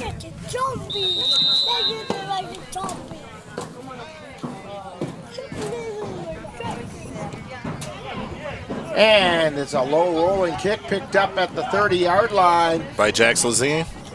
And he gets it out across the 45, across the 50, and taken down at the 47-yard line. A good hard run. And you're right, that was Jax Lazine. And again, it's the same philosophy. We do have an injured player down on the field for the Mad Dawgs. But you're right, Paul. This is just another example. What Jax Lazine did is he went straight up the field. None of this left to right stuff, just straight up the field. You know, Jax runs hard, watching him do these returns all season. It's still weird getting used to seeing number 54 running down the field away from people, I tell you. Yeah, just seeing that number do it, yes. Not so much that it's Jax Lazine.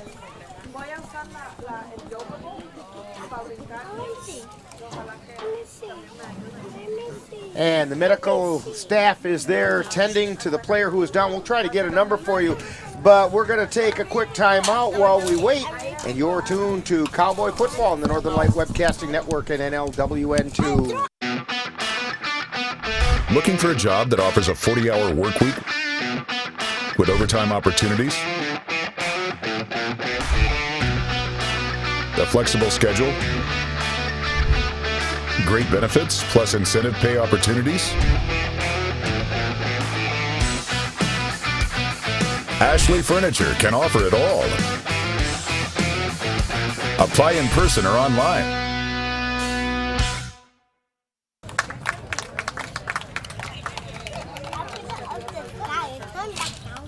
Back here in Verona, Jeremiah Cribbs is the one who was the injured player for the Mad Dawgs, and he came trotting off the field under his own power.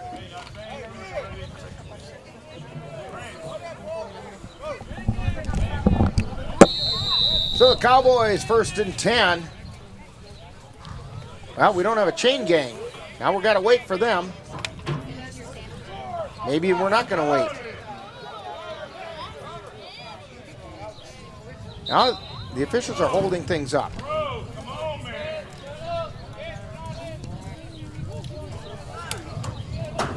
Now the chain gang is kind of meandering back in that direction. They just don't have a whole lot of hustle in their giddy up there. And now the guy with the one stick is going too far. Looks like we're starting at the 46-yard line. That's where we're supposed to be starting from. So 1st and 10 for the Cowboys. We've got to change at quarterback too. Got Jordan Fonz in at quarterback. And he fires it deep. He's got a He's receiver open and touchdown.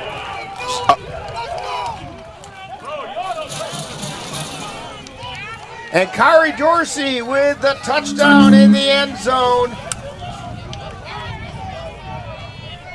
And to be honest with you, I couldn't read the number. I could only tell by the dance. The dance, yes. Touchdown. Kari Dorsey with the touchdown puts the Cowboys on the board. 46-yard touchdown pass from Jordan Fonz to Kari Dorsey.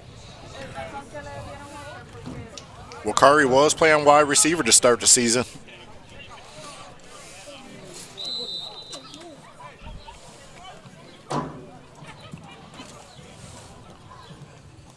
I hope we just pound this here with Ujay.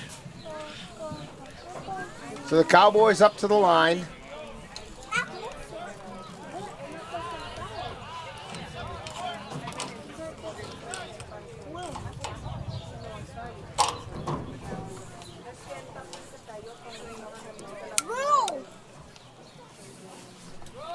And they give up the middle.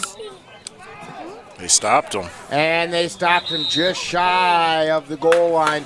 So the count remains Mad Dawgs 8, Cowboys 6, and you're tuned to Cowboy Football on the Northern Light Webcasting Network and NLWN 2.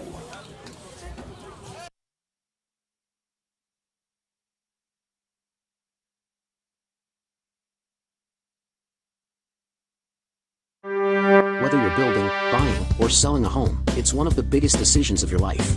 A professional home inspection gives you an independent, unbiased view of any problems and possible solutions, so that you'll have all the facts you need to make an informed decision. Contact Home Inspectors of America and Jared Heffling at 651-202-0334 for your inspection. Every inspection is a complete and thorough analysis of all the major systems and components in the home. Complete your home transaction with knowledge and confidence by calling Jared Heffling at 651-202-0334.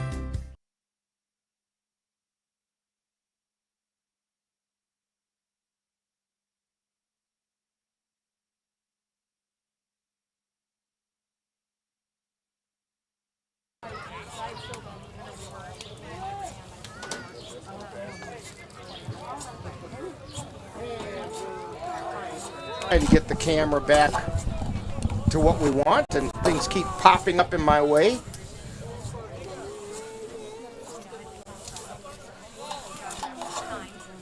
And let's see here.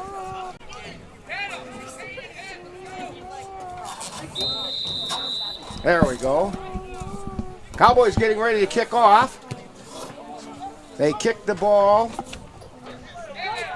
down deep, and he's bringing it out across the 20, across the 25, and run out of bounds at about the 37-yard line. 1st and 10.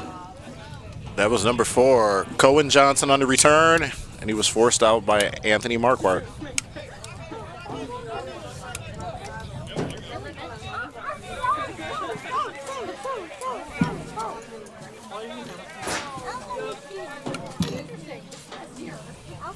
First and 10 is where they're going to put the ball at the 35-yard line.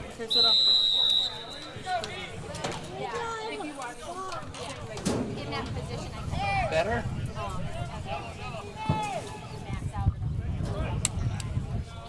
No, I lost it.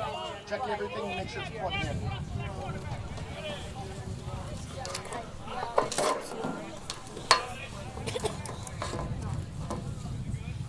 Mad Dawgs at the line. Carter drops back. Looking downfield. Directs some traffic. And a catch. And catch made.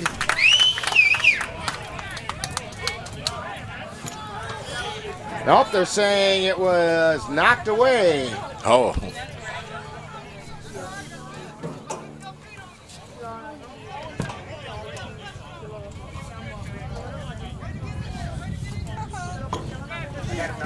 Okay, good. So that brings up 2nd down 10. That one was knocked away by A.C. Riley.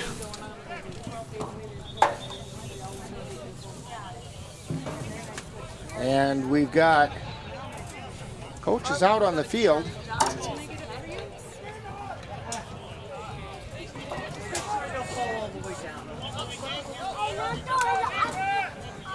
Mad Dawgs coming up to the line. We still have a coach out on the field.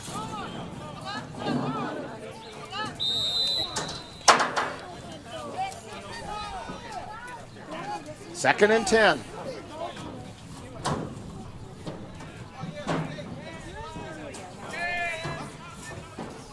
Carter waiting for the snap. Empty backfield.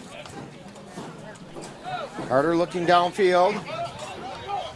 Unloads it. And intercepted and ripped away. Oh no, he's going towards the end zone. He's down close. Gosh, Rick, that was one of the stranger plays I've seen all season. And now we have a penalty marker come flying in from a long ways away.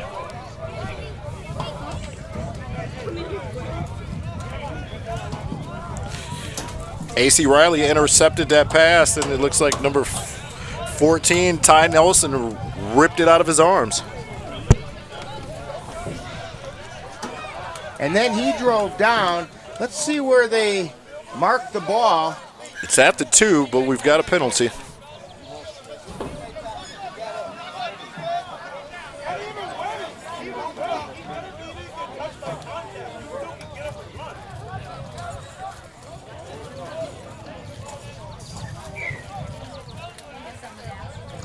They are having a discussion.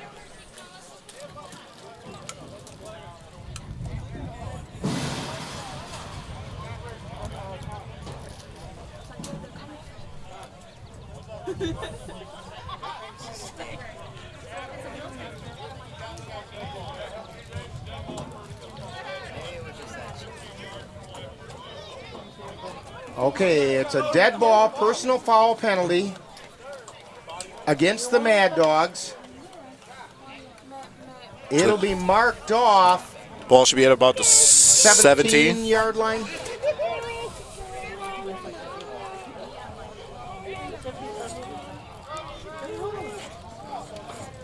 But that helps, Rick, because they were really close at the 2, so now we got a little bit more space. Hopefully we can get a stop here.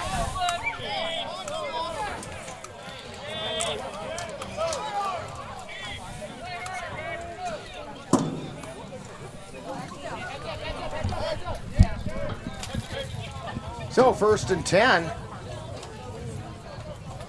at the 17 for the Mad Dawgs. Trying to answer the Cowboys touchdown.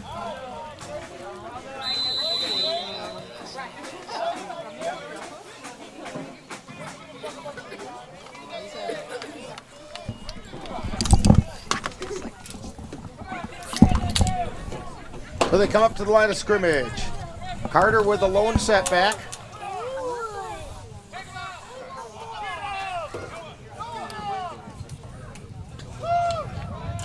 Give straight up the middle. No, Carter keeps it himself going around the left side.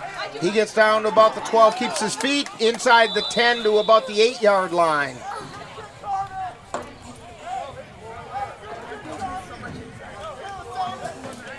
That's going to be a gain of, boy, oh boy, that's about 9. 2nd and 1. He was tackled on the play by A.C. Riley.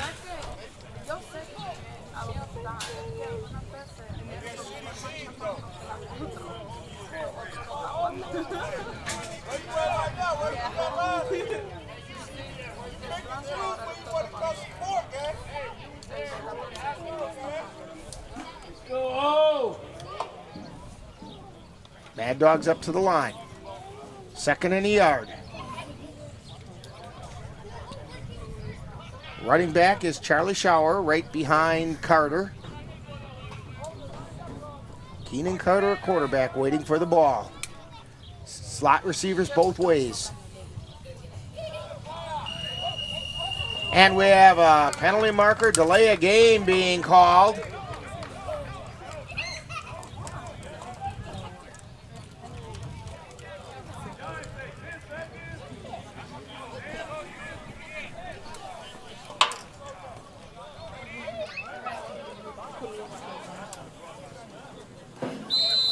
So that moves it back a little bit. Makes it 2nd and 6. 11:24 to go in the third quarter.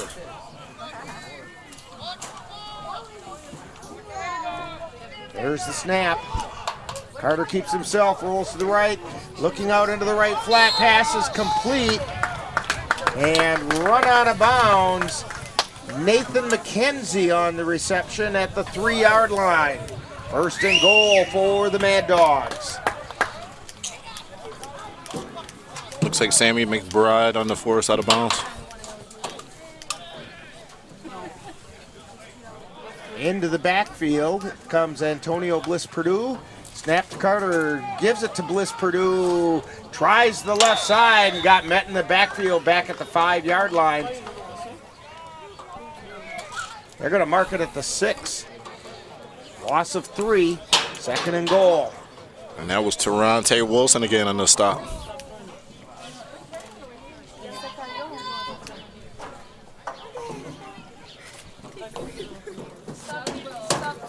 Stop moving down. Mad Dawgs up to the line. Again, they send slots both ways.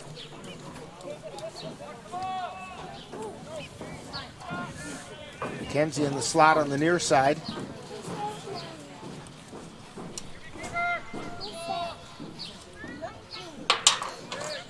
Under 10 on the play clock. Now he splits his running back over to the tight end spot. Carter takes a snap, drops straight back, looks towards the end zone, nothing there. Rolls to the right, throws into the end zone, incomplete. And it was right through the hands of that running back slash tight end, Antonio Bliss-Purdue. And he was kind of looking at his hands like, I can't believe that went through. 3rd and goal at the 6.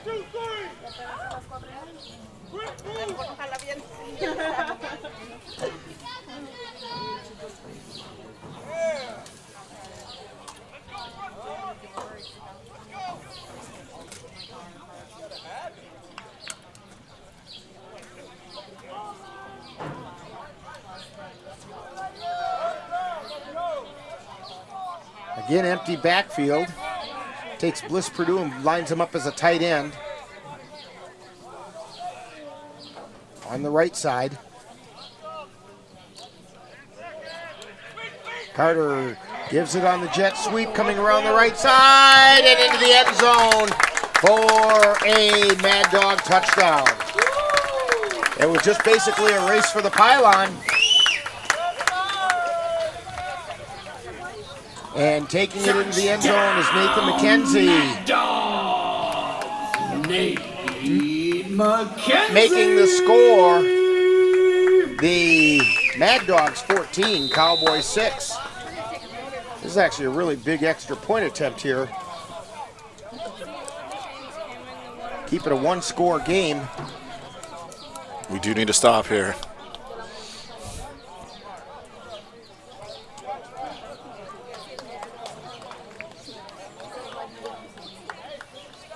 Mad Dawgs come up to the line.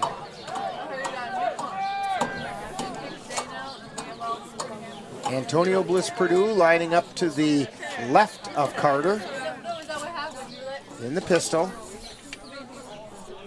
Now he goes in motion. Carter drops back, looks towards the end zone, now rolls to his right, now cuts it back up the middle, throws into the end zone, and it's complete for the 2-point conversion. That was completed to Ty Nelson, and so the score is the Mad Dawgs 16, Cowboys 6 on the Northern Light Webcasting Network and NLWN2. Whether you're building, buying, or selling a home, it's one of the biggest decisions of your life. A professional home inspection gives you an independent, unbiased view of any problems and possible solutions, so that you'll have all the facts you need to make an informed decision. Contact Home Inspectors of America and Jared Heffling at 651-202-0334 for your inspection. Every inspection is a complete and thorough analysis of all the major systems and components in the home. Complete your home transaction with knowledge and confidence by calling Jared Heffling at 651-202-0334. What to do after today's game? Come and join with the Cowboys at the Cowboys' favorite place, the Happy Hollow Tavern. The Happy Hollow is the Chippewa Valley's premier venue for watching your favorite sports teams. With over 20 HD TVs, every seat in the house gives you a great view. Not to mention amazing food and drink specials. So corral with the Cowboys at their favorite fifth quarter location, the Happy Hollow Tavern, located at 1628 Hillcrest Parkway in Altoona. With all the good people and good food, the Happy Hollow will soon be your favorite place too. Isaiah Dodds getting ready to kick off for the Mad Dawgs. Well, maybe it's not going to be Dodds. Kind of looked like him as he was getting the right ball in, but no, it's Charlie Schauer.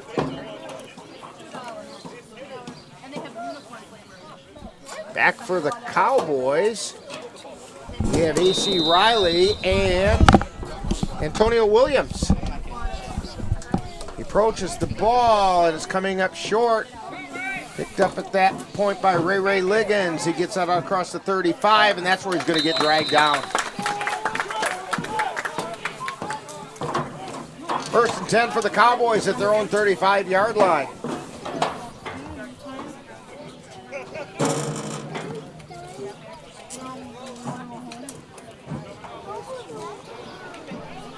Be interesting to see what we do at quarterback here. Yeah, I'm looking for quarterback-like bodies out there. I see Kari Dorsey out there, but that doesn't mean he isn't lining up as a wide receiver. And Jordan Fons is out there as well. It looks like he's calling the play to the offense.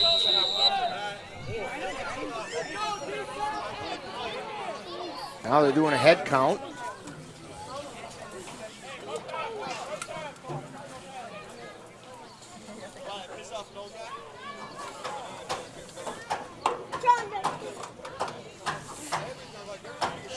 Marquardt in the backfield.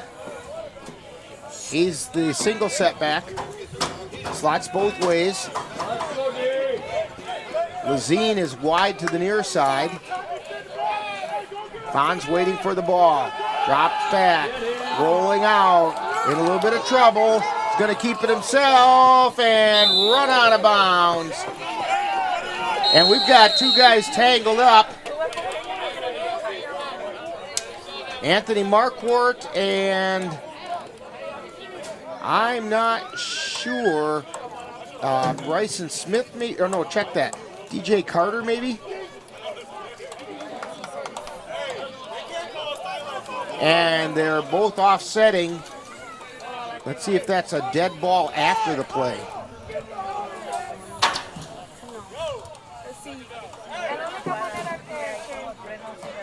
So it's going to be offsetting penalties after the play. Second down 5 for the Cowboys. They gave Fons a gain of 5.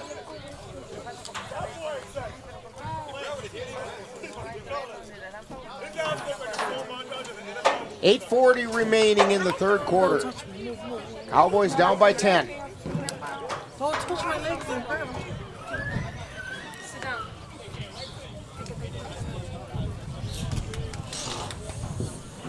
Estaban trayendo una ambulancia.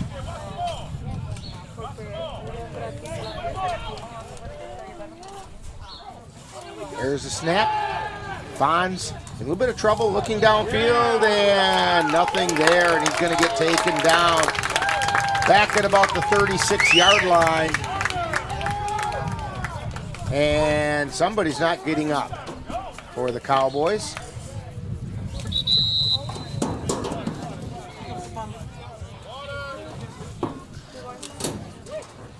And I'm not sure who it is, and we will get it all figured out right after this timeout on the Northern Light Webcasting Network and NLWN2. The Northern Light Webcasting Network is excited to announce that the new home for Colfax Viking football is now NLWN2.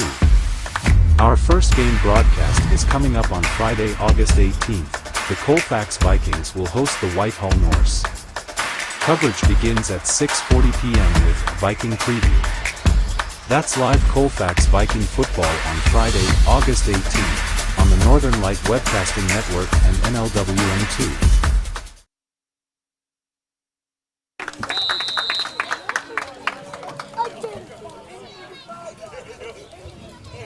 Jay Riley was the injured Cowboy. He has got to go out for a play. He went off the field under his own power, and he's ready to come back in after this play.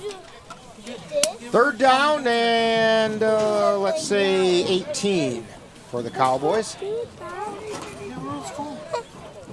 Or check that, 3rd and 8. Looking downfield, pass is tipped and incomplete, intended for Jackson Lazine. Brings up 4th down 8.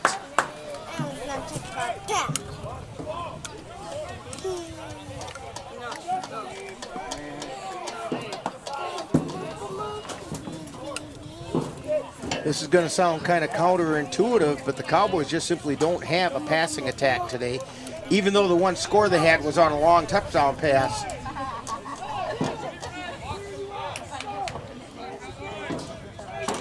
That was most of the passing yardage that we've generated all day, so I agree, Rick. I still think we need to pound the ball.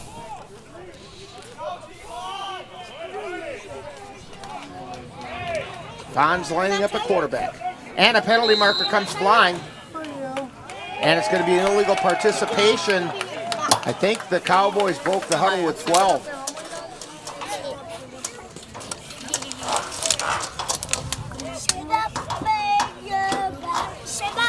So that moves it back to the 32. 4th down 13 for the Cowboys. Get out of there. Go over there. Right in front of us. In front of us. You know, Rick, we haven't had a handoff this half. No. High snap. Quick toss out into the flat.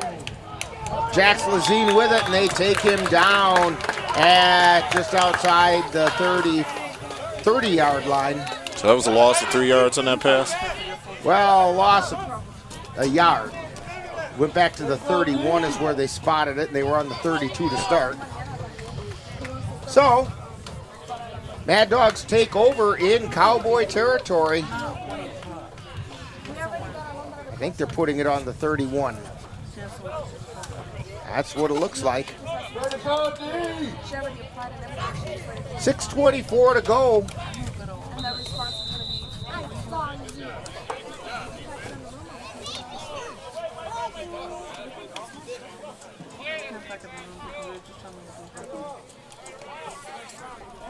Hey, no.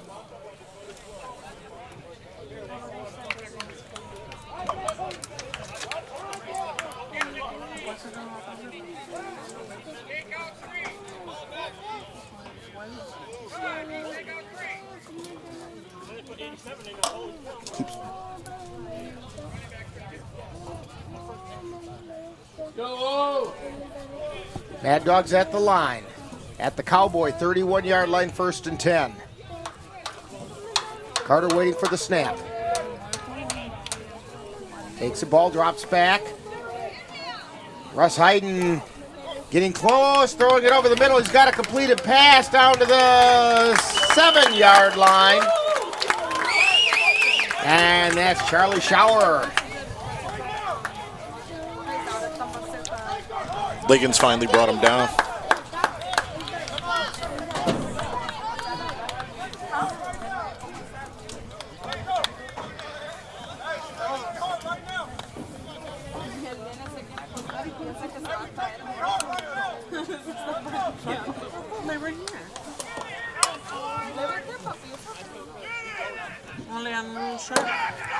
Pass throwing into the middle, incomplete in the end zone. It's going to bring up second down and goal from the 9.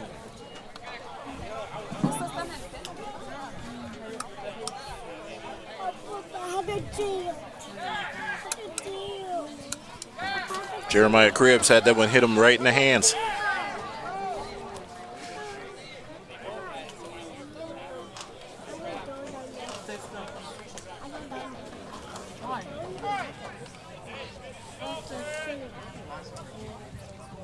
So second and goal from the 9. Mad Dawgs at the line. Coming up on 5 minutes remaining in the third quarter. And we've got flags flying, tossing the end zone's incomplete. They did not stop the play. I'm going to see which way they call this. They're calling encroachment on the Cowboys.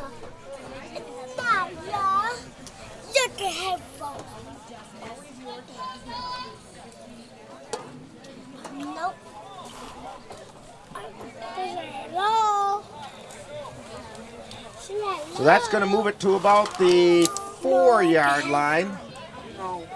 Just inside the 5 by the length of the football.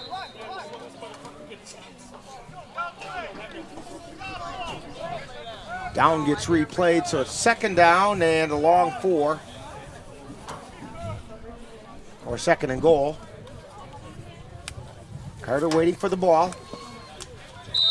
And now we have a flag come flying. And a false start being called against the Mad Dawgs. That's going to put us back where we came from. Actually, the Cowboys should have gained about a half yard in that whole transition. Because the one against the Cowboys would have been half the distance to the goal, so that should have been 4.5 yards, which is what it was. But the one against the Mad Dawgs is a 5-yard penalty. So if my math is correct, the Cowboys ended up in that exchange of penalties a half yard to the good. And at this point, we'll take whatever we can get.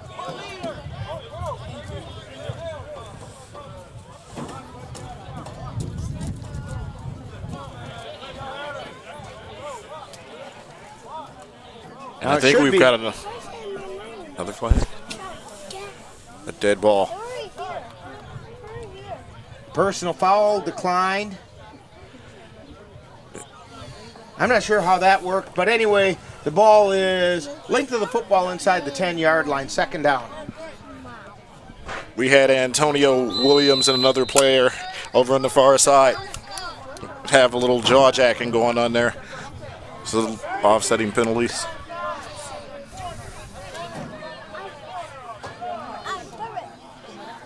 Mad Dawgs at the line. They take the snap. Carter keeps it himself. He's still on his feet. And gets ushered out of bounds after going into the end zone for the touchdown.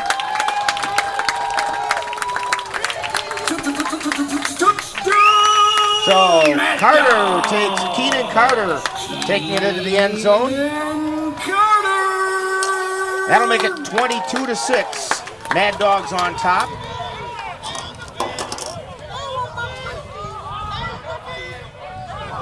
And you can still see number 29 for the Cowboys, Antonio Williams.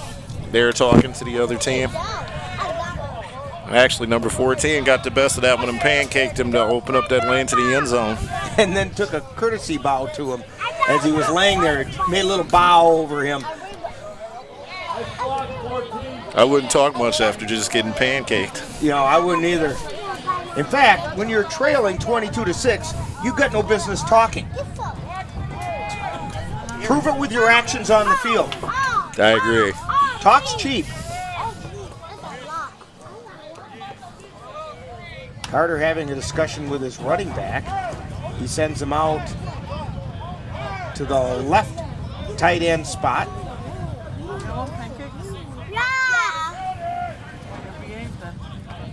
Snap to Carter, he drops back, throws it into the end zone, and it's complete. Nice diving catch. That was Jeremiah Cribbs on the reception. making the score 24-6. Bandits leading the Cowboys on the Northern Light Webcasting Network and NLWN 2.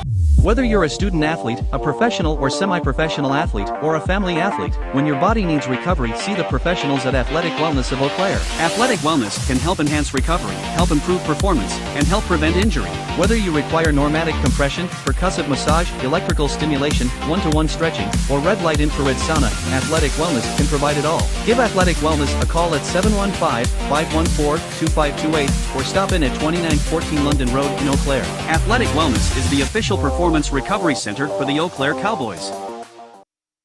Ready for a better way to bank? Switch to Royal Credit Union.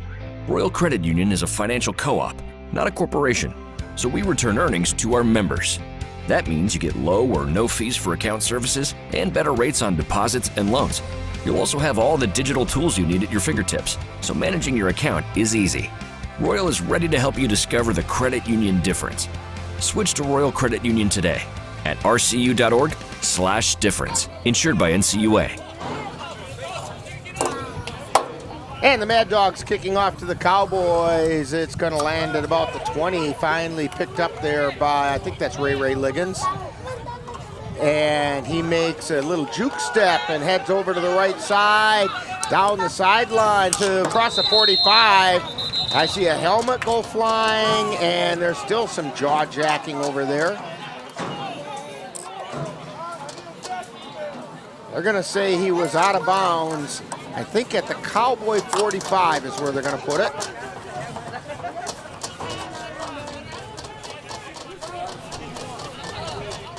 So Cowboys will have it 1st and 10. Xavier Howard is doing a little talking for the Mad Dawgs as well.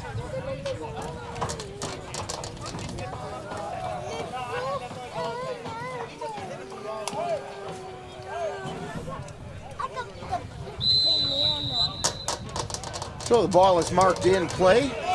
1st and 10 for the Cowboys at their own 45-yard line.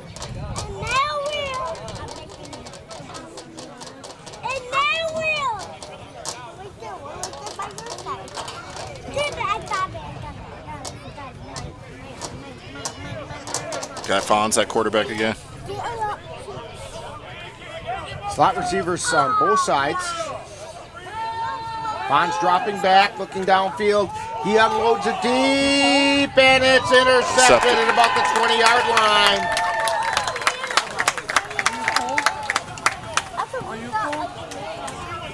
Tie interception. And Nelson. That's where it looked like the officials were having some decision whether he brought the ball down complete inbounds.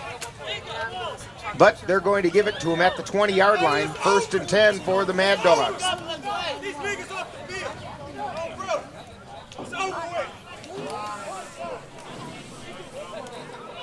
.351 to go in the 3rd quarter.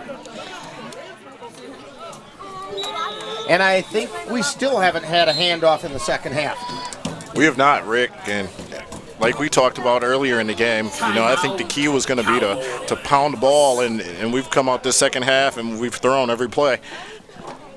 And other than that one touchdown, it hasn't worked too well. All right, timeout on the field by the Cowboys, and they're trailing 24-6 on the Northern Light Webcasting Network and NLWN 2. After we're done here, where would you like to stop to eat? I heard the Doghouse Bar and Grill in Whitehall is really good. You know, my coworkers and I stopped there on a work trip. They have great service, good burgers, and fries. When we went there, we discovered great food and drinks at great prices. You really can't go wrong with any of the menu options. I had the patty melt. It was amazing, and the Doghouse fries were just as good. I guess it's the Doghouse Bar and Grill for us. Then let's head to 36378 Abrams Street in Whitehall.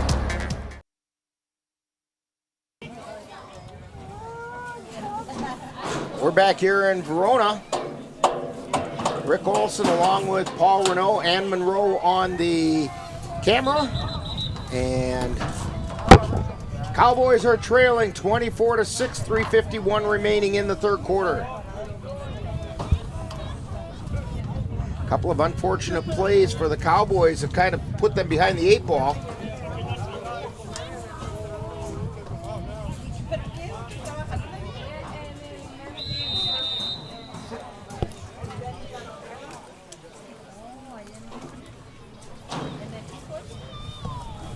Ryder Richardson back in at quarterback for the Mad Dawgs.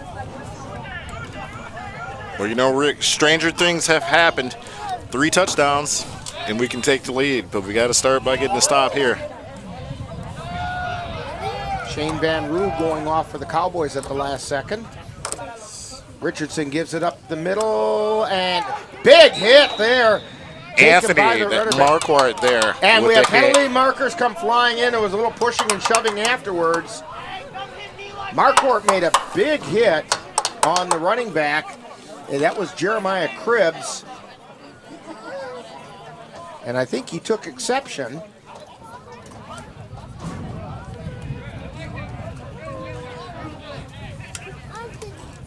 They're marking it off against the Mad Dawgs. As Cribbs took exception to the hit that Marquardt delivered.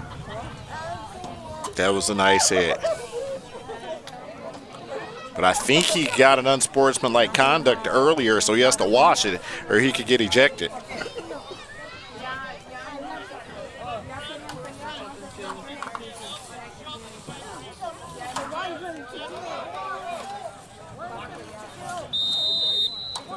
Mad Dawgs up to the line now. It's back at the 10-yard line. 2nd and 20.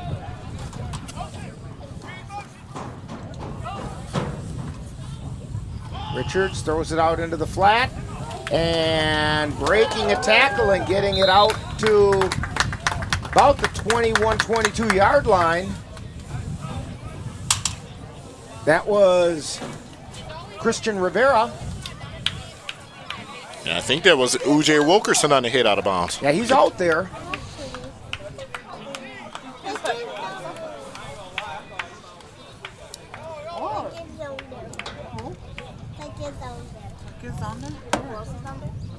A number of players playing in positions that they're not used to playing. It's what happens when you come short-handed. But you know, you make up for a lot of that by just good, solid hitting. Go out and hit somebody. Mad Dawgs at the line. Richardson gives it up the middle, penalty marker on the play, and there was nothing there. Loss of maybe a yard. Jay Riley on the stop. Ball start is being called. So that play won't count. Well, they didn't stop it. I agree with you. Normally they stop the play and it's considered a dead ball foul. But this is one where the Cowboys will probably decline it. Looks like we're going to decline it. Not me.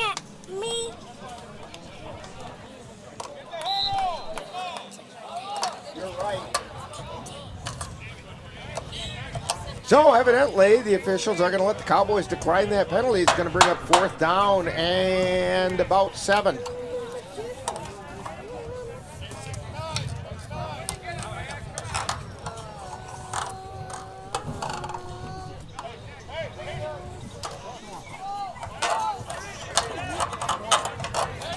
They're at the line of scrimmage. Richardson, and they're going to get a timeout call by the Mad Dawgs. So a timeout on the field. Mad Dawgs 24, Cowboys 6 on the Northern Light Webcasting Network and NLWN 2. When you have that craving for a home-cooked meal the way Mom used to make it, rest assured, you can still get that meal by going to Mom's Restaurant and Pub in Colfax. Mom's is open daily, serving breakfast and lunch, and don't forget dinner on Friday nights with Mom's famous fish fry. The coffee is always hot, the breakfast is always delicious, and lunch will put a smile on your face and in your stomach. 225 Bremer Avenue, Colfax. Call 715-962-4617. That's Mom's Restaurant and Pub.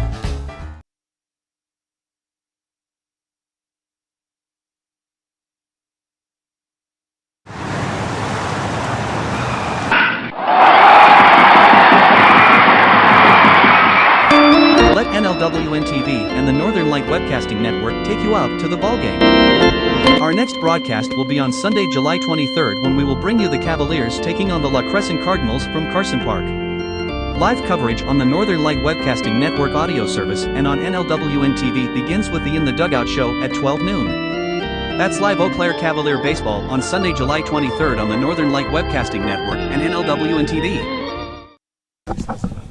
And the penalty was illegal formation against the Mad Dawgs, and they're going to be punting. High snap, it goes into the end zone. And throwing it out of the end zone. Intercepted by O.J. Wilkinson. Well, you know, Rick, that may be the break we needed. O.J. comes up with the big interception that time, and they're going to mark it at the 15-yard line. It's going to be 1st and 10 for the Cowboys at the Mad Dawgs 15. Quick score here before the end of the third quarter, and the Cowboys are still in it.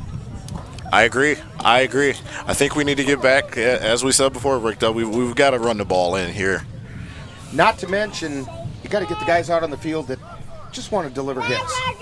Just hit people. Well, speaking of hits, you can see Ujay just came back out on the field. And he's probably saying, give me the ball. I'm sure.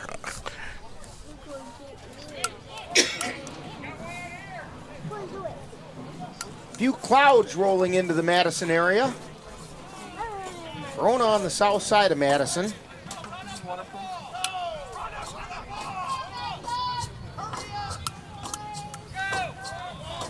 Cowboys at the line of scrimmage. Bonds at quarterback. Takes the snap. A pitch to Liggins. Let me see my book picture. Marquardt. That was actually Liggins in the backfield. Let me see the book bag. Oh, you're right. That was Ray Liggins. Well, that play definitely did not go the direction that we were hoping. Loss of about 8. But again, you were talking about run that ball straight ahead. Instead, they try to pitch it to the outside, and we're getting beat on the outside. We are. That pitch was doomed from the start. Yeah, high snap through the timing of the whole playoff.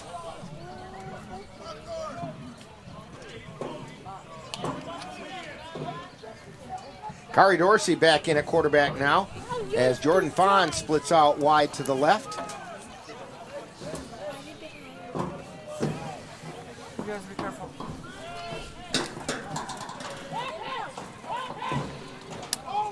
High snap was intended for Jack Lazine, but it went right into Dorsey's hands, but he gets taken down in the backfield. Cowboys going the wrong direction. There's no two ways about it. Just going the wrong way. Hey, come sit down. Down at the 32-yard line. You're sitting on my leg. Sit down. 3rd down in Kenosha.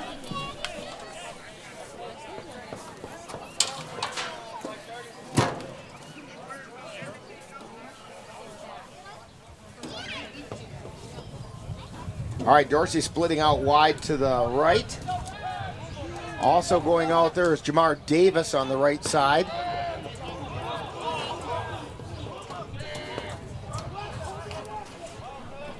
Lazine drops back.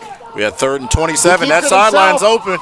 He takes off and gets down to about the 17-yard line. It's going to bring up a 4th down and about 7. And that'll be the end of the third quarter with the score. The Madison Mad Dawgs 24, Cowboys 6 on the Northern Light Webcasting Network and NLWN TV, or NLWN 2. Last week, Brandon met a girl on a dating app. One day after work, he finally found the courage to ask her out. No answer. He started to panic. Was he being too pushy? Maybe it was too... Hey, sorry I didn't respond. I was driving. I would love to go on a date. How does tonight sound? Brandon tried to play it cool, but inside he knew. A girl so smart, so responsible. She must be a keeper. But I wash off the grapes? Yes. Okay. You're already making good decisions when you're high. I want tacos. Will you drive? I'm a little toasty.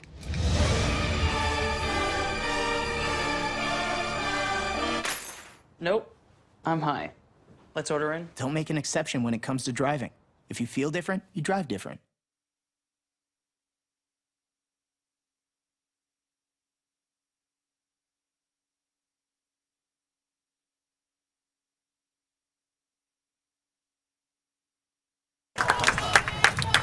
So getting ready for the start of the fourth quarter. Ball is being spotted on the 17-yard line. Fourth down and 12 yards to go. Jax Lazine at quarterback. Takes the snap. It's a real high snap over Lazine's back. And knocked away from him. He picks it up again. And he flings it forward. And it goes out of bounds. Actually, that's probably an incomplete pass.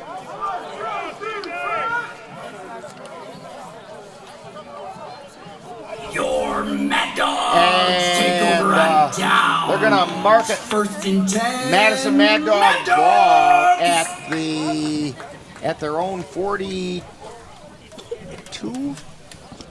Right around there. That's what I'm talking about. Right outside of 2 weeks. Let's go. And it's the right out football team,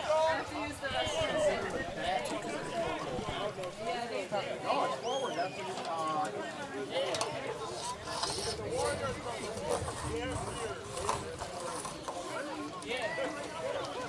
more intentional grounding, which is a spot ball, which is And Zakir, no.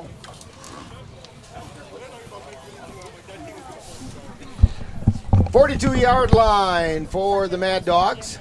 First and 10. He's tired. He's tired. Want to go lay down on the floor? And we've got rain a-coming.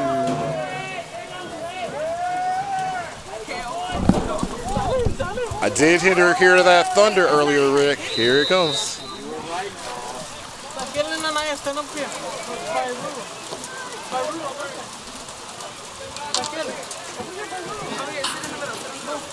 Give up the middle, and a big hit again by U.J. Wilkerson and Russ Hayden. Jeremiah Cribbs on the carry, and he got up close and personal with both U.J. and Russ.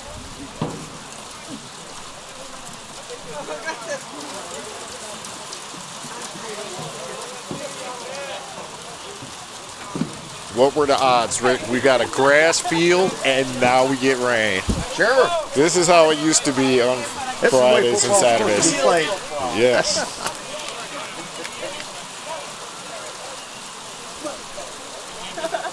Mad Dawgs up to the line. 3 receivers out wide to the left. 2 out wide to the right. Empty backfield.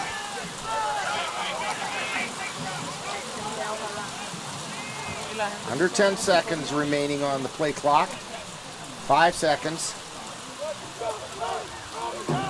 Carter rolling out, looking downfield, and the pass is incomplete. It was intended for Cone Johnson. And we got A.C. Riley on the coverage.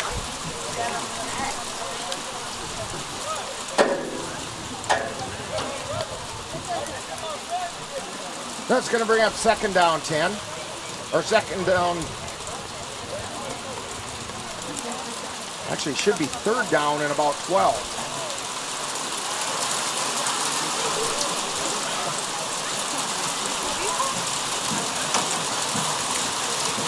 I think the clock should have stopped on an incomplete pass, but it's still running here. Well,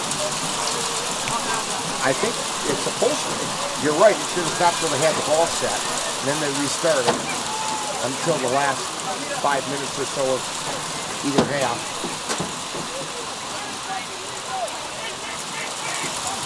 Put a man in motion, that's McKenzie. Carter pitches to the deep man, and he gets pushed out of bounds. Antonio Bliss-Purdue. Pushed out by Anthony Marquardt. And going to be 4th down, and I think they're going to put it at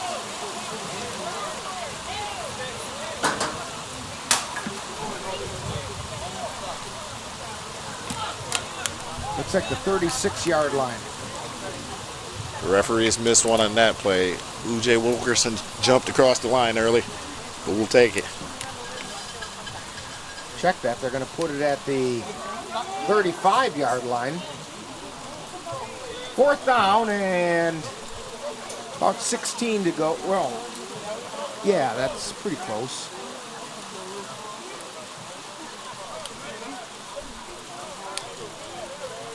Mad Dawgs in punt formation. Snap, the kick, short kick. And the ball is going to roll dead at the Cowboy 47-yard line. Cowboys have had decent field position. They just haven't been able to do anything with it. When we get in the red zone, we end up going backwards, unfortunately.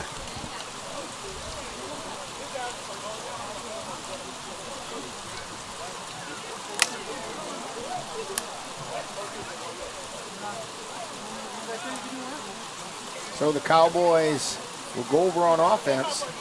Some of the Cowboy players are getting pretty tired. Russ Hayden, it's all he can do to drag himself out there right now. Jay Riley as well.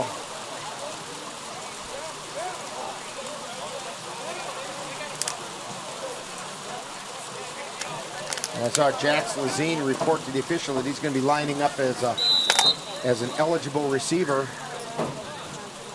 Actually, he's lining up a quarterback. But he's not got a number, so he's got to report to the official. He does not have a number that's eligible. And just like that, the rain stops. Zine takes the snap. Firing it deep. Ball gets batted in the air and it's incomplete.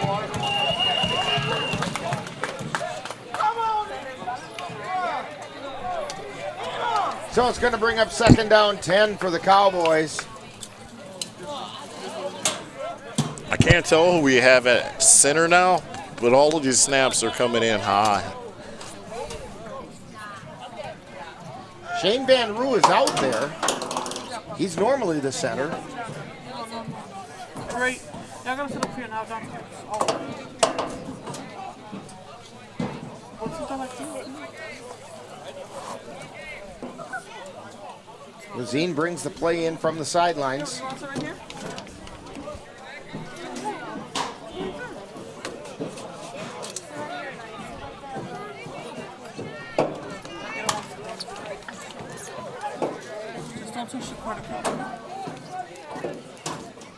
And the Cowboys come to the line. Van Roo is at center. Lazine at quarterback.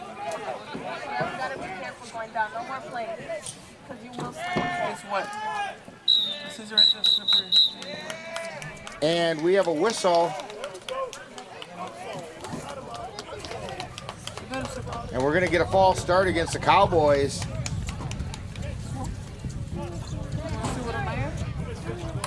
I think one of the linemen was moving his hand to try to, defensive players are so coiled and ready to go. It doesn't take much of a movement to get him to jump, and he was trying a little sleight of hand, all puns intended there. No. You be careful.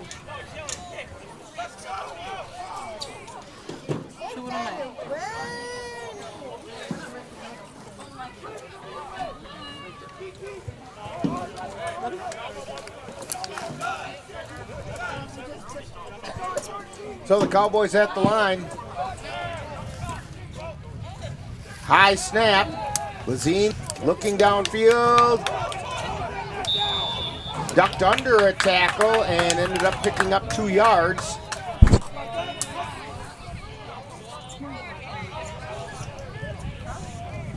It's coming out to the 45-yard line. It's going to bring up 3rd down and 13.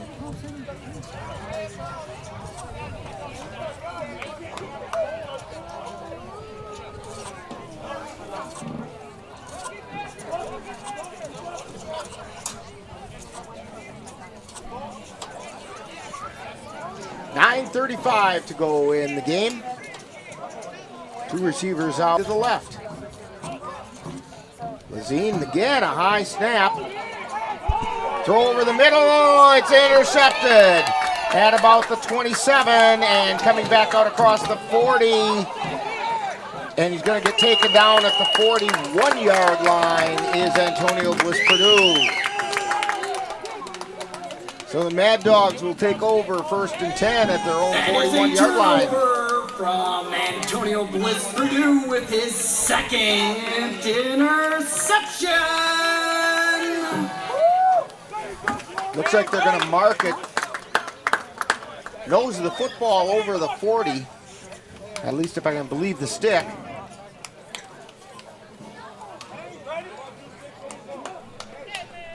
That's also where the official has his foot, so. Nose of the football touching the 40-yard line. 1st and 10 at that point for the Madison Mad Dawgs.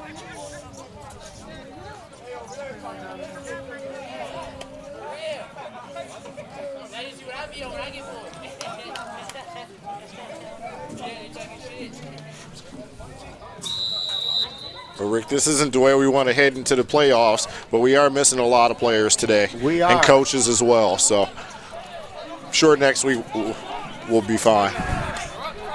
Snap, give up the middle. No, he kept it. Penalty marker goes flying, pass is incomplete.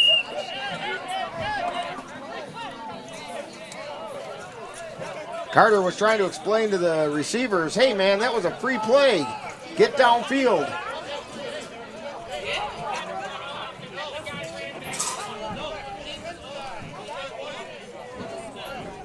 And let's see what the penalty is being called. Officials doing some pointing toward the Cowboy bench.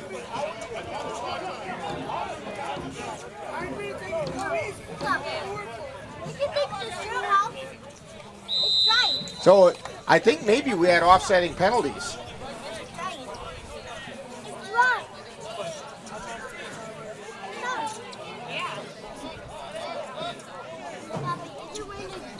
At any rate, I'm not sure what down it is now, but they give the ball straight up the middle and taken down. Wilkerson on the tackle again. Did not like how Wilkerson met him up close and personal.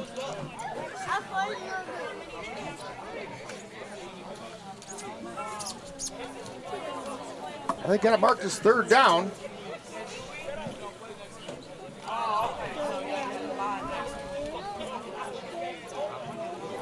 Third and about 9.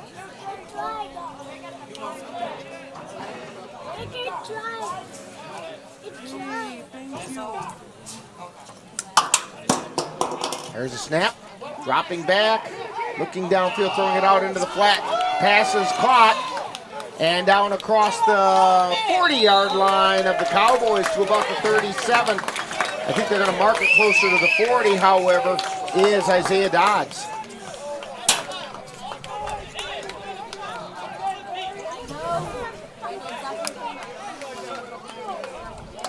Cowboy defense starting to show signs of fatigue. But most of these players have been going both ways.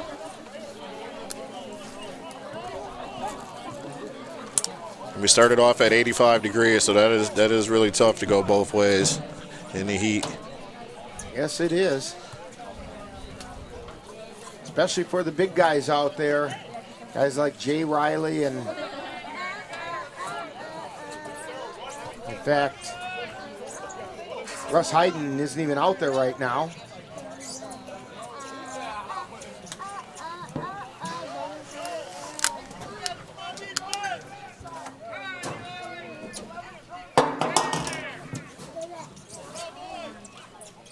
Carter waiting for the snap.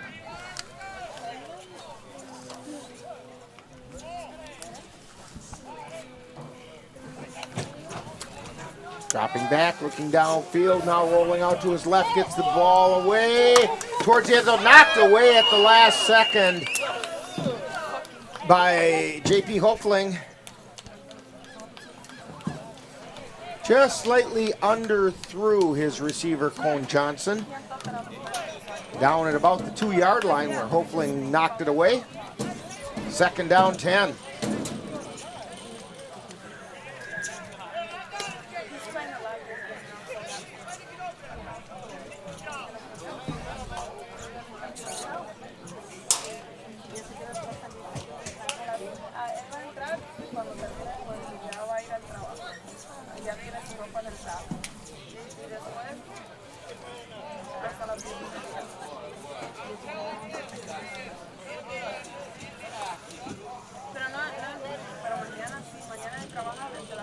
Mad Dawgs up to the line.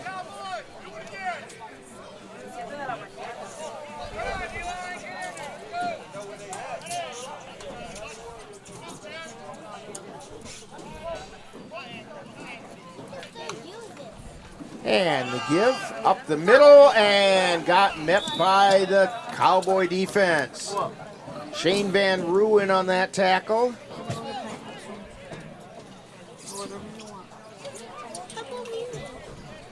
And Akeem Peterson, we haven't called his name tonight. That was the first time. So the ball gets marked at the 40-yard line, 3rd and 10.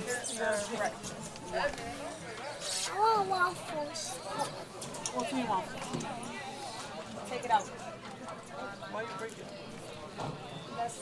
Coming up on the 5-minute mark.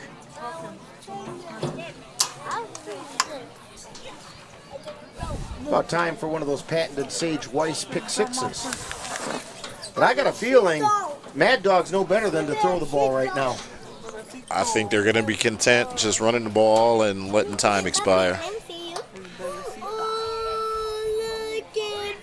Put a man in motion. Carter throws it out into the flat. It's complete to Johnson, and Johnson gets taken down for a loss back at the 42-yard line. Loss of 2, 4th and 12. Sammy McBride was on that tackle for a loss there.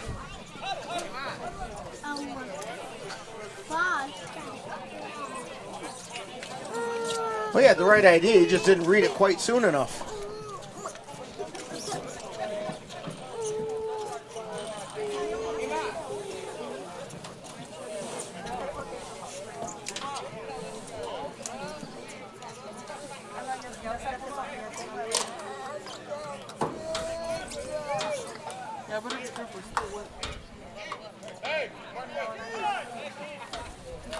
Mad Dawgs at the line. Keenan Carter at quarterback. And we're going to get a false start on the tight end. He moved out of his stance and then reset, which is a false start.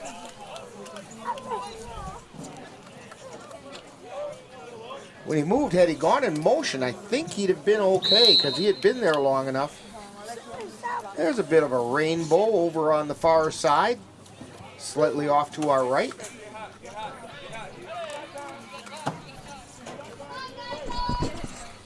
All right, Mad Dawgs at the line.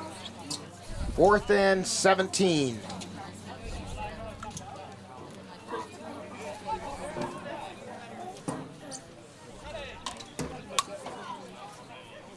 Carter waiting, directing traffic. Now takes the snap, drops back, looks downfield. He's in trouble. He fires it deep, and it's incomplete. And Cowboys have a player down. UJ Wilkerson, it looks like.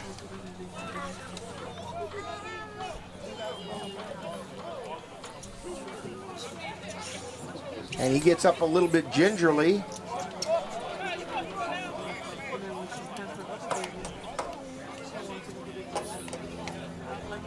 So the ball goes over on downs to the Cowboys at their own 47.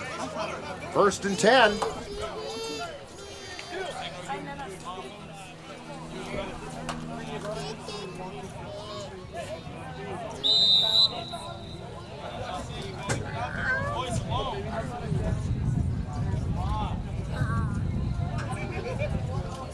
Cowboys coming up to the line of scrimmage. Jax Lazina, quarterback.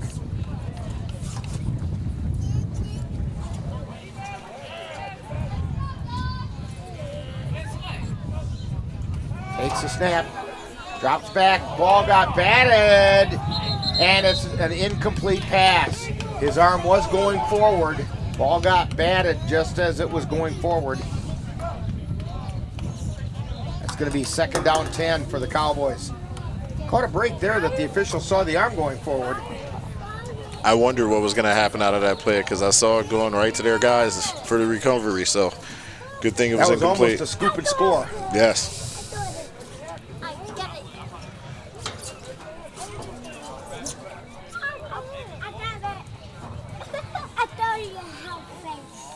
Cowboys coming up to the line.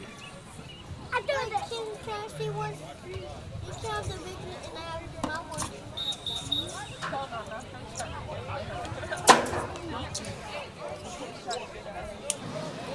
I threw it up there. I got Keem Peterson is now at center.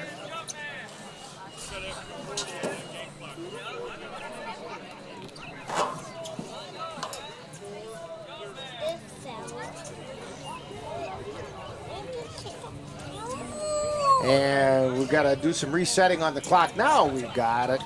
2 minutes and 40 seconds remaining.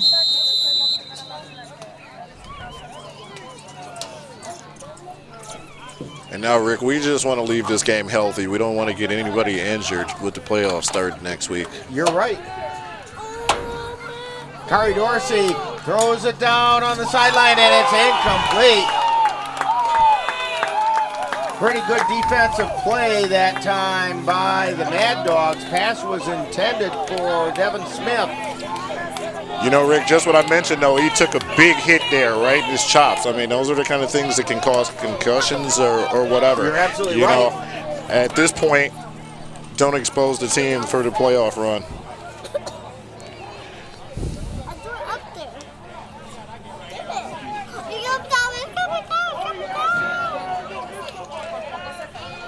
And you can see he's walking back pretty gingerly, and he may be a little dizzy after that hit. What in the old days we used to call getting his bell rung. Yes. Nowadays they don't let him get away with that. I mean, it was a good square hit.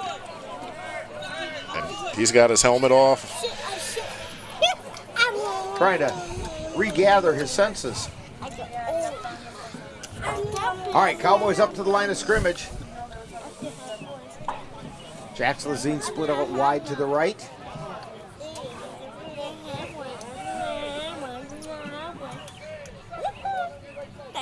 Marquardt is the running back. Throwing it deep, and the intended receiver, Jamar Davis, went to the inside, and the pass went to the outside. They weren't quite on the same page. 4th down 10. I do not have none. I do not have none. Oh!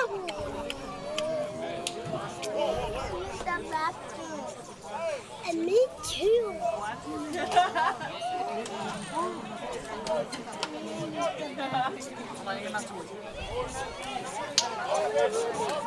4th and 10, 2:28 to go. Lazine split wide to the right.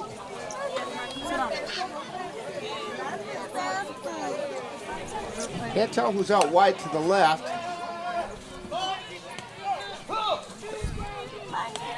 Dorsey throws it over the middle. It's incomplete. And the ball goes over on downs to the Mad Dawgs. Pass was intended for Jamar Davis.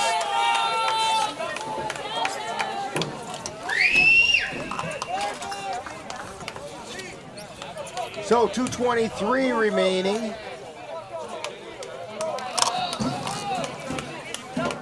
Mad Dawgs pretty well in control right now, 24-6.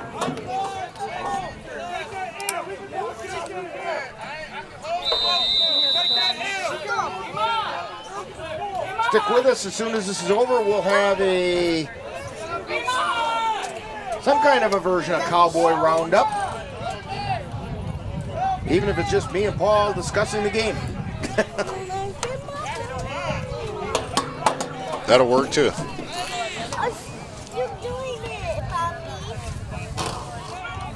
Mad Dawgs put a man in motion. Go out into the left flat is complete, and a gain of about 2. I'm surprised to see them throwing the ball around too as well. Pass was complete to Nick Dinga. Richardson back in at quarterback for the Mad Dawgs.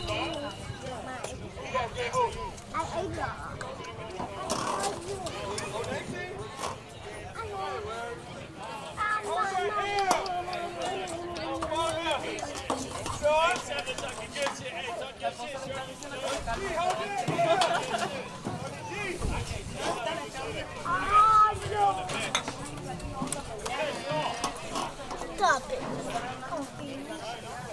Stop it, Poppy. I'm for real.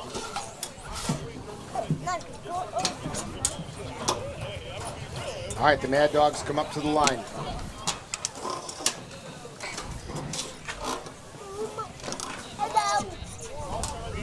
I'm gonna stop.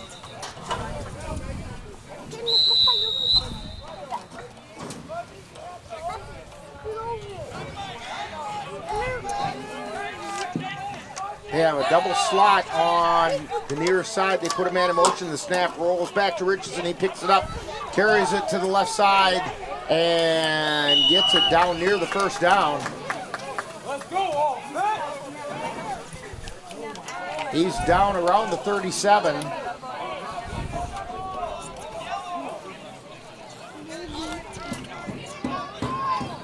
They're going to say he's a yard short. 3rd and 1. You know, we did not get a 2-minute warning.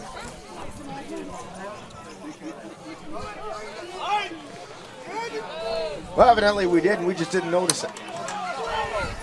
And the Mad Dawgs try a reverse, coming back to this side. Carrying the ball is Nathan McKenzie. He's still on his feet, and he carries it. And we're going to get a penalty at the end. Took it down to the 15. We have a flag on the play. We got a Cowboy not getting up. Well, just taking his time.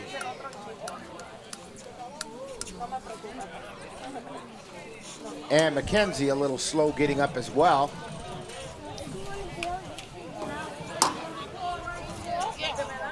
And they're marking a penalty off against the Cowboys.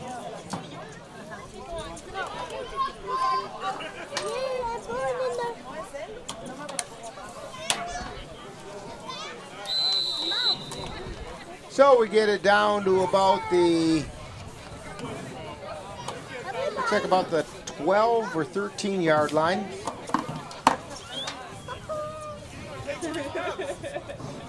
Yard line. 1st and goal inside of a minute.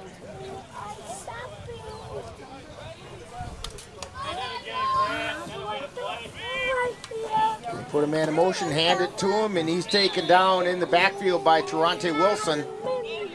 Carrying the ball was Nathan McKenzie. And that should be the last play.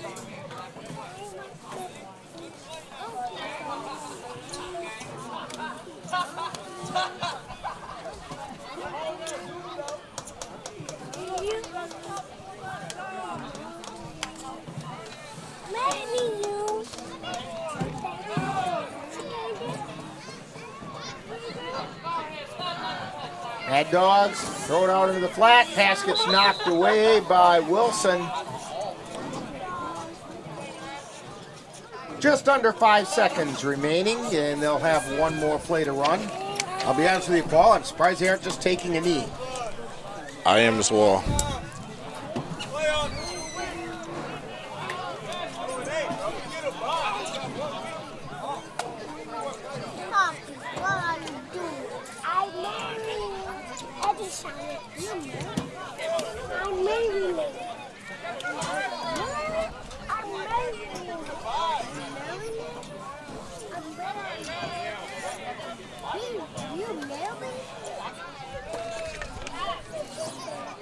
And they give up the middle. And the pitch back, almost like a flea flicker to Richardson. Takes it around the right side, still on his feet. And taken down at about the 5-yard line, but that's going to do it. Time runs out, and the final score, the Madison Mad Dawgs 24 and the Cowboys 6. We'll have more when we get to Cowboy Roundup.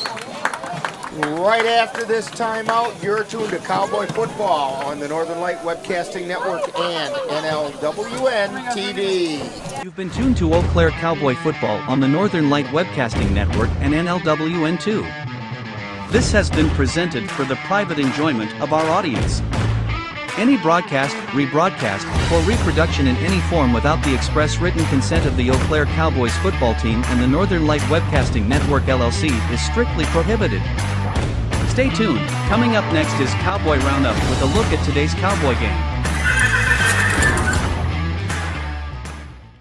Hey guys, it's me, Isabella Gomez, filling in for Smokey Bear because he's got more to say than just... Only you can prevent wildfires. Like, if you're outside enjoying a barbecue, don't let a hamburger distract you from fire safety. Make sure you aren't dumping your hot coals or ashes onto the ground because that could start a wildfire. So take wildfire prevention seriously and let's save the world one day at a time. Juntos con Smokey Bear, podemos hacerlo. Go to smokeybear.com to learn more about wildfire prevention.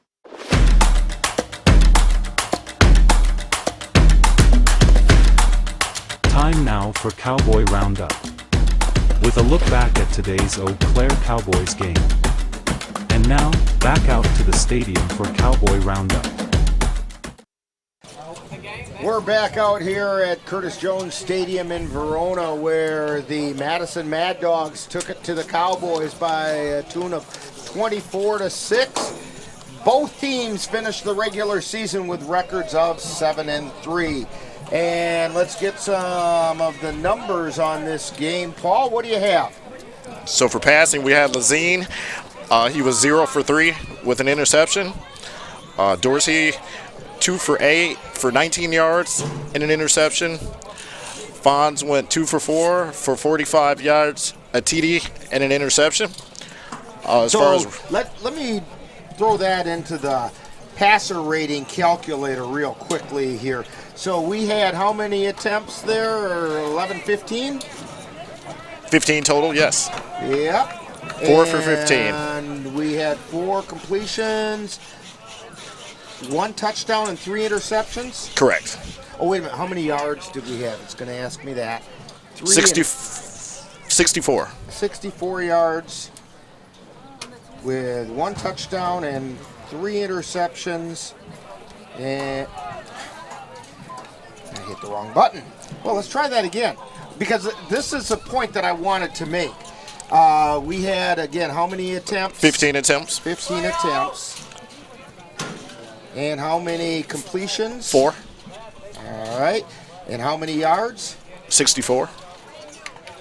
It's easier the second time around. 1 touchdown and 3 interceptions? Yes. Okay. That's a passer rating, folks, of 27.5. That will not get the job done. Something has to be done about that aspect of the Cowboy offense. But the other part of that is, if you have a quarterback that has a passer rating, or a series of quarterbacks that has a passer rating like that, then why aren't you running the ball up the middle where you have these running backs that have this ability to go up the middle? There's some play calling decisions that are questionable here. Well, I agree, and the rushing numbers will be off as well because we took a lot of big losses. Finals where Wilkerson was 6 for 36, and again he was right up the middle, just hitting them up the middle. Marquardt was 5 for 0, but again a loss, trying to run outside, really hurt there. Dorsey was 7 for 13. Fonz 2 for 2. Liggins 1 for -8, and Lazine 3 for 9. Okay, and so U.J. Wilkerson is the one guy that had respectable numbers. It's not a lot. He only touched the ball 6 times, but he was averaging 6 yards a carry. To me, that's 2 carries and a first down. I agree. As we talked about during the breaks here, Rick, the game was within reach. And if we would have just kept pounding the ball, I think this end result would be different. But this will allow the coaching staff to go and look at personnel and get things corrected before we start the playoffs next week. And I do think that the problems that the Cowboys have run into in the last couple weeks are deeper than the things that we've mentioned. Low numbers at practice. I look at the Cowboy team Facebook page, and I see a lot of comments being made by people who are not here today and were not at practice, and they talk big, and I've yet to see them back it up with anything. This is infuriating because you've got guys with plenty of talent who have not stepped up, and they signed a paper at the beginning of the season. Your name has got to mean something. And if you don't stick it out through the season, during the off season, you got a choice. You can go somewhere else if you want to. That's called free agency. That's what it's all about. But you put your name on the line, show up. Put in the time and put in the effort. You guys are grown men, and I hear about work schedules and so on, and I understand that. But you're grown men, and you've known about these games all summer long. There's plenty of chances to make adjustments. Sometimes you can't, but most of the time you can. And if you're committed, you'll be here. I would agree, Rick. I mean, you can just see the guys in the first game of the season. We traveled to Beloit with 45 guys, if you remember. Right, and did we have 15 here today? I counted 21. Oh, we had that many. Okay, I didn't think we had that many. We did have 21. We did have 21.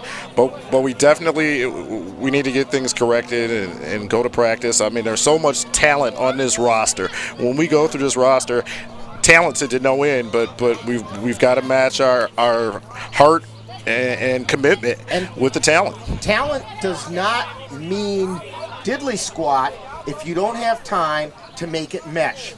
And that's where practices come in. If your timing isn't on, I don't care how much talent you have. You could have the best 40 time. You could have the best hands on the team. But if you're not where you're supposed to be, the quarterback's not going to hit you. Or if the quarterback isn't used to the routes, the way you run your routes, you're not going to get hit. That's part of the reason why our quarterbacks today had a combined quarterback rating of 27.5. Agreed. I'm sure the turnout will be much better next week with a home game. But, you look second round, what if we end up with River City again? We've got one game and in 2 days of practice, for that second round. But, again, we can't look past the Bandits if we turn out like we did today. If we play like we did today, the Bandits are going to come out and win that game. The Bandits were not as bad as their score showed. And I know most of these players would disagree with me. And the guys who came today, I hope they would disagree with me. Because I'm not talking about the guys who are here. No, They're not at all. They're putting the time and effort in. And at least most of them are. It's those players who are not here, who said they would be at the beginning of the season. They said they'd be there, and it's very disappointing to see this kind of a response. And this was, if there's ever an opponent that you should be able to get yourself up for, you're coming off a loss, and you're playing a good team. And I would think you'd want to man up and show what you're worth, but evidently not. This was a solid team when I looked, and maybe it's just that we already have our playoff seeding and the commitment waiver, but I definitely thought that this team could come out and beat us if we didn't show up. I mean, they were respectable, 6-3 coming in. That's right. So next week it's the Central Wisconsin Bandits somewhere in the Eau Claire area. They're going to get a field figured out before too long. And Cowboys are going into that game 7-3. And that's the first round of the playoffs. And the Bandits would like to get some revenge for the 134 points the Cowboys have put on them. And, hey, we'll just have to see how that works next week. And that last game, outside of the first quarter, I think offensively we only scored another 1 or 2 touchdowns. It ended up being special teams and defense that really put that game away. And actually, the Bandits moved the ball fairly well in that game. And so, they did. Cowboys better be ready, or they're going to be in for a real shocker next week. So, that's going to do it from Curtis Jones Stadium here in Verona. For Ann Monroe on the camera and Paul Renault sitting by my right side here, giving us all the insightful experience that he's got to offer. This is Rick Olson, and I want to remind you about a couple of things coming up. Next Cowboy game will be next Saturday. Time and place yet to be determined, but it'll be against the Central Wisconsin Bandits. Also coming up tomorrow on the Northern Light Webcasting Network audio service and NLWN TV, we're going to bring you Eau Claire Cavalier baseball. Cavaliers host the La Crescent Cardinals at Carson Park. Coverage begins at 12 noon with the Dugout Show, followed by live play-by-play action. The Northern Light Webcasting Network and NLWN2 are excited to announce that NLWN2 will be the new home for Colfax Viking football. Our first broadcast of Viking football will be on Friday, August 18th, when the Vikings take on the Whitehall Norsemen. Viking preview will begin at 6:40, followed by live play-by-play action. Today's Eau Claire Cowboys football game is brought to you by Altoona Auto Body, Ashley Furniture, Athletic Wellness of Eau Claire, the Doghouse Bar and Grill in Whitehall, Drop Zone Septic and Portable Toilet Rentals, Gino's Pizza in Eau Claire, the Happy Hollow, Highland Fitness, Home Inspectors of America, and Jared Hofling, Menominee Eye and Optical, Midwest Environmental Consultants, Mom's Restaurant and Pub in Colfax, the Newborn Village Renaissance Festival in Chippewa Falls, Pepsi-Cola, Royal Credit Union, Slayton's Technology, Soperez Fiber Optics, Sterling Optical of Eau Claire, and the United States Army, and Valley Sports Academy in Halley, Van Roo Chiropractic in Mondovi. So be sure to thank these fine sponsors for bringing you Eau Claire Cowboy Football on the Northern Light Webcasting Network. Want to remind you the final score once again is the Madison Mad Dawgs. Yeah, the Madison Mad Dawgs 24, Cowboys 6. You've been tuned to Cowboy Roundup on the Northern Light Webcasting Network and NLWN TV.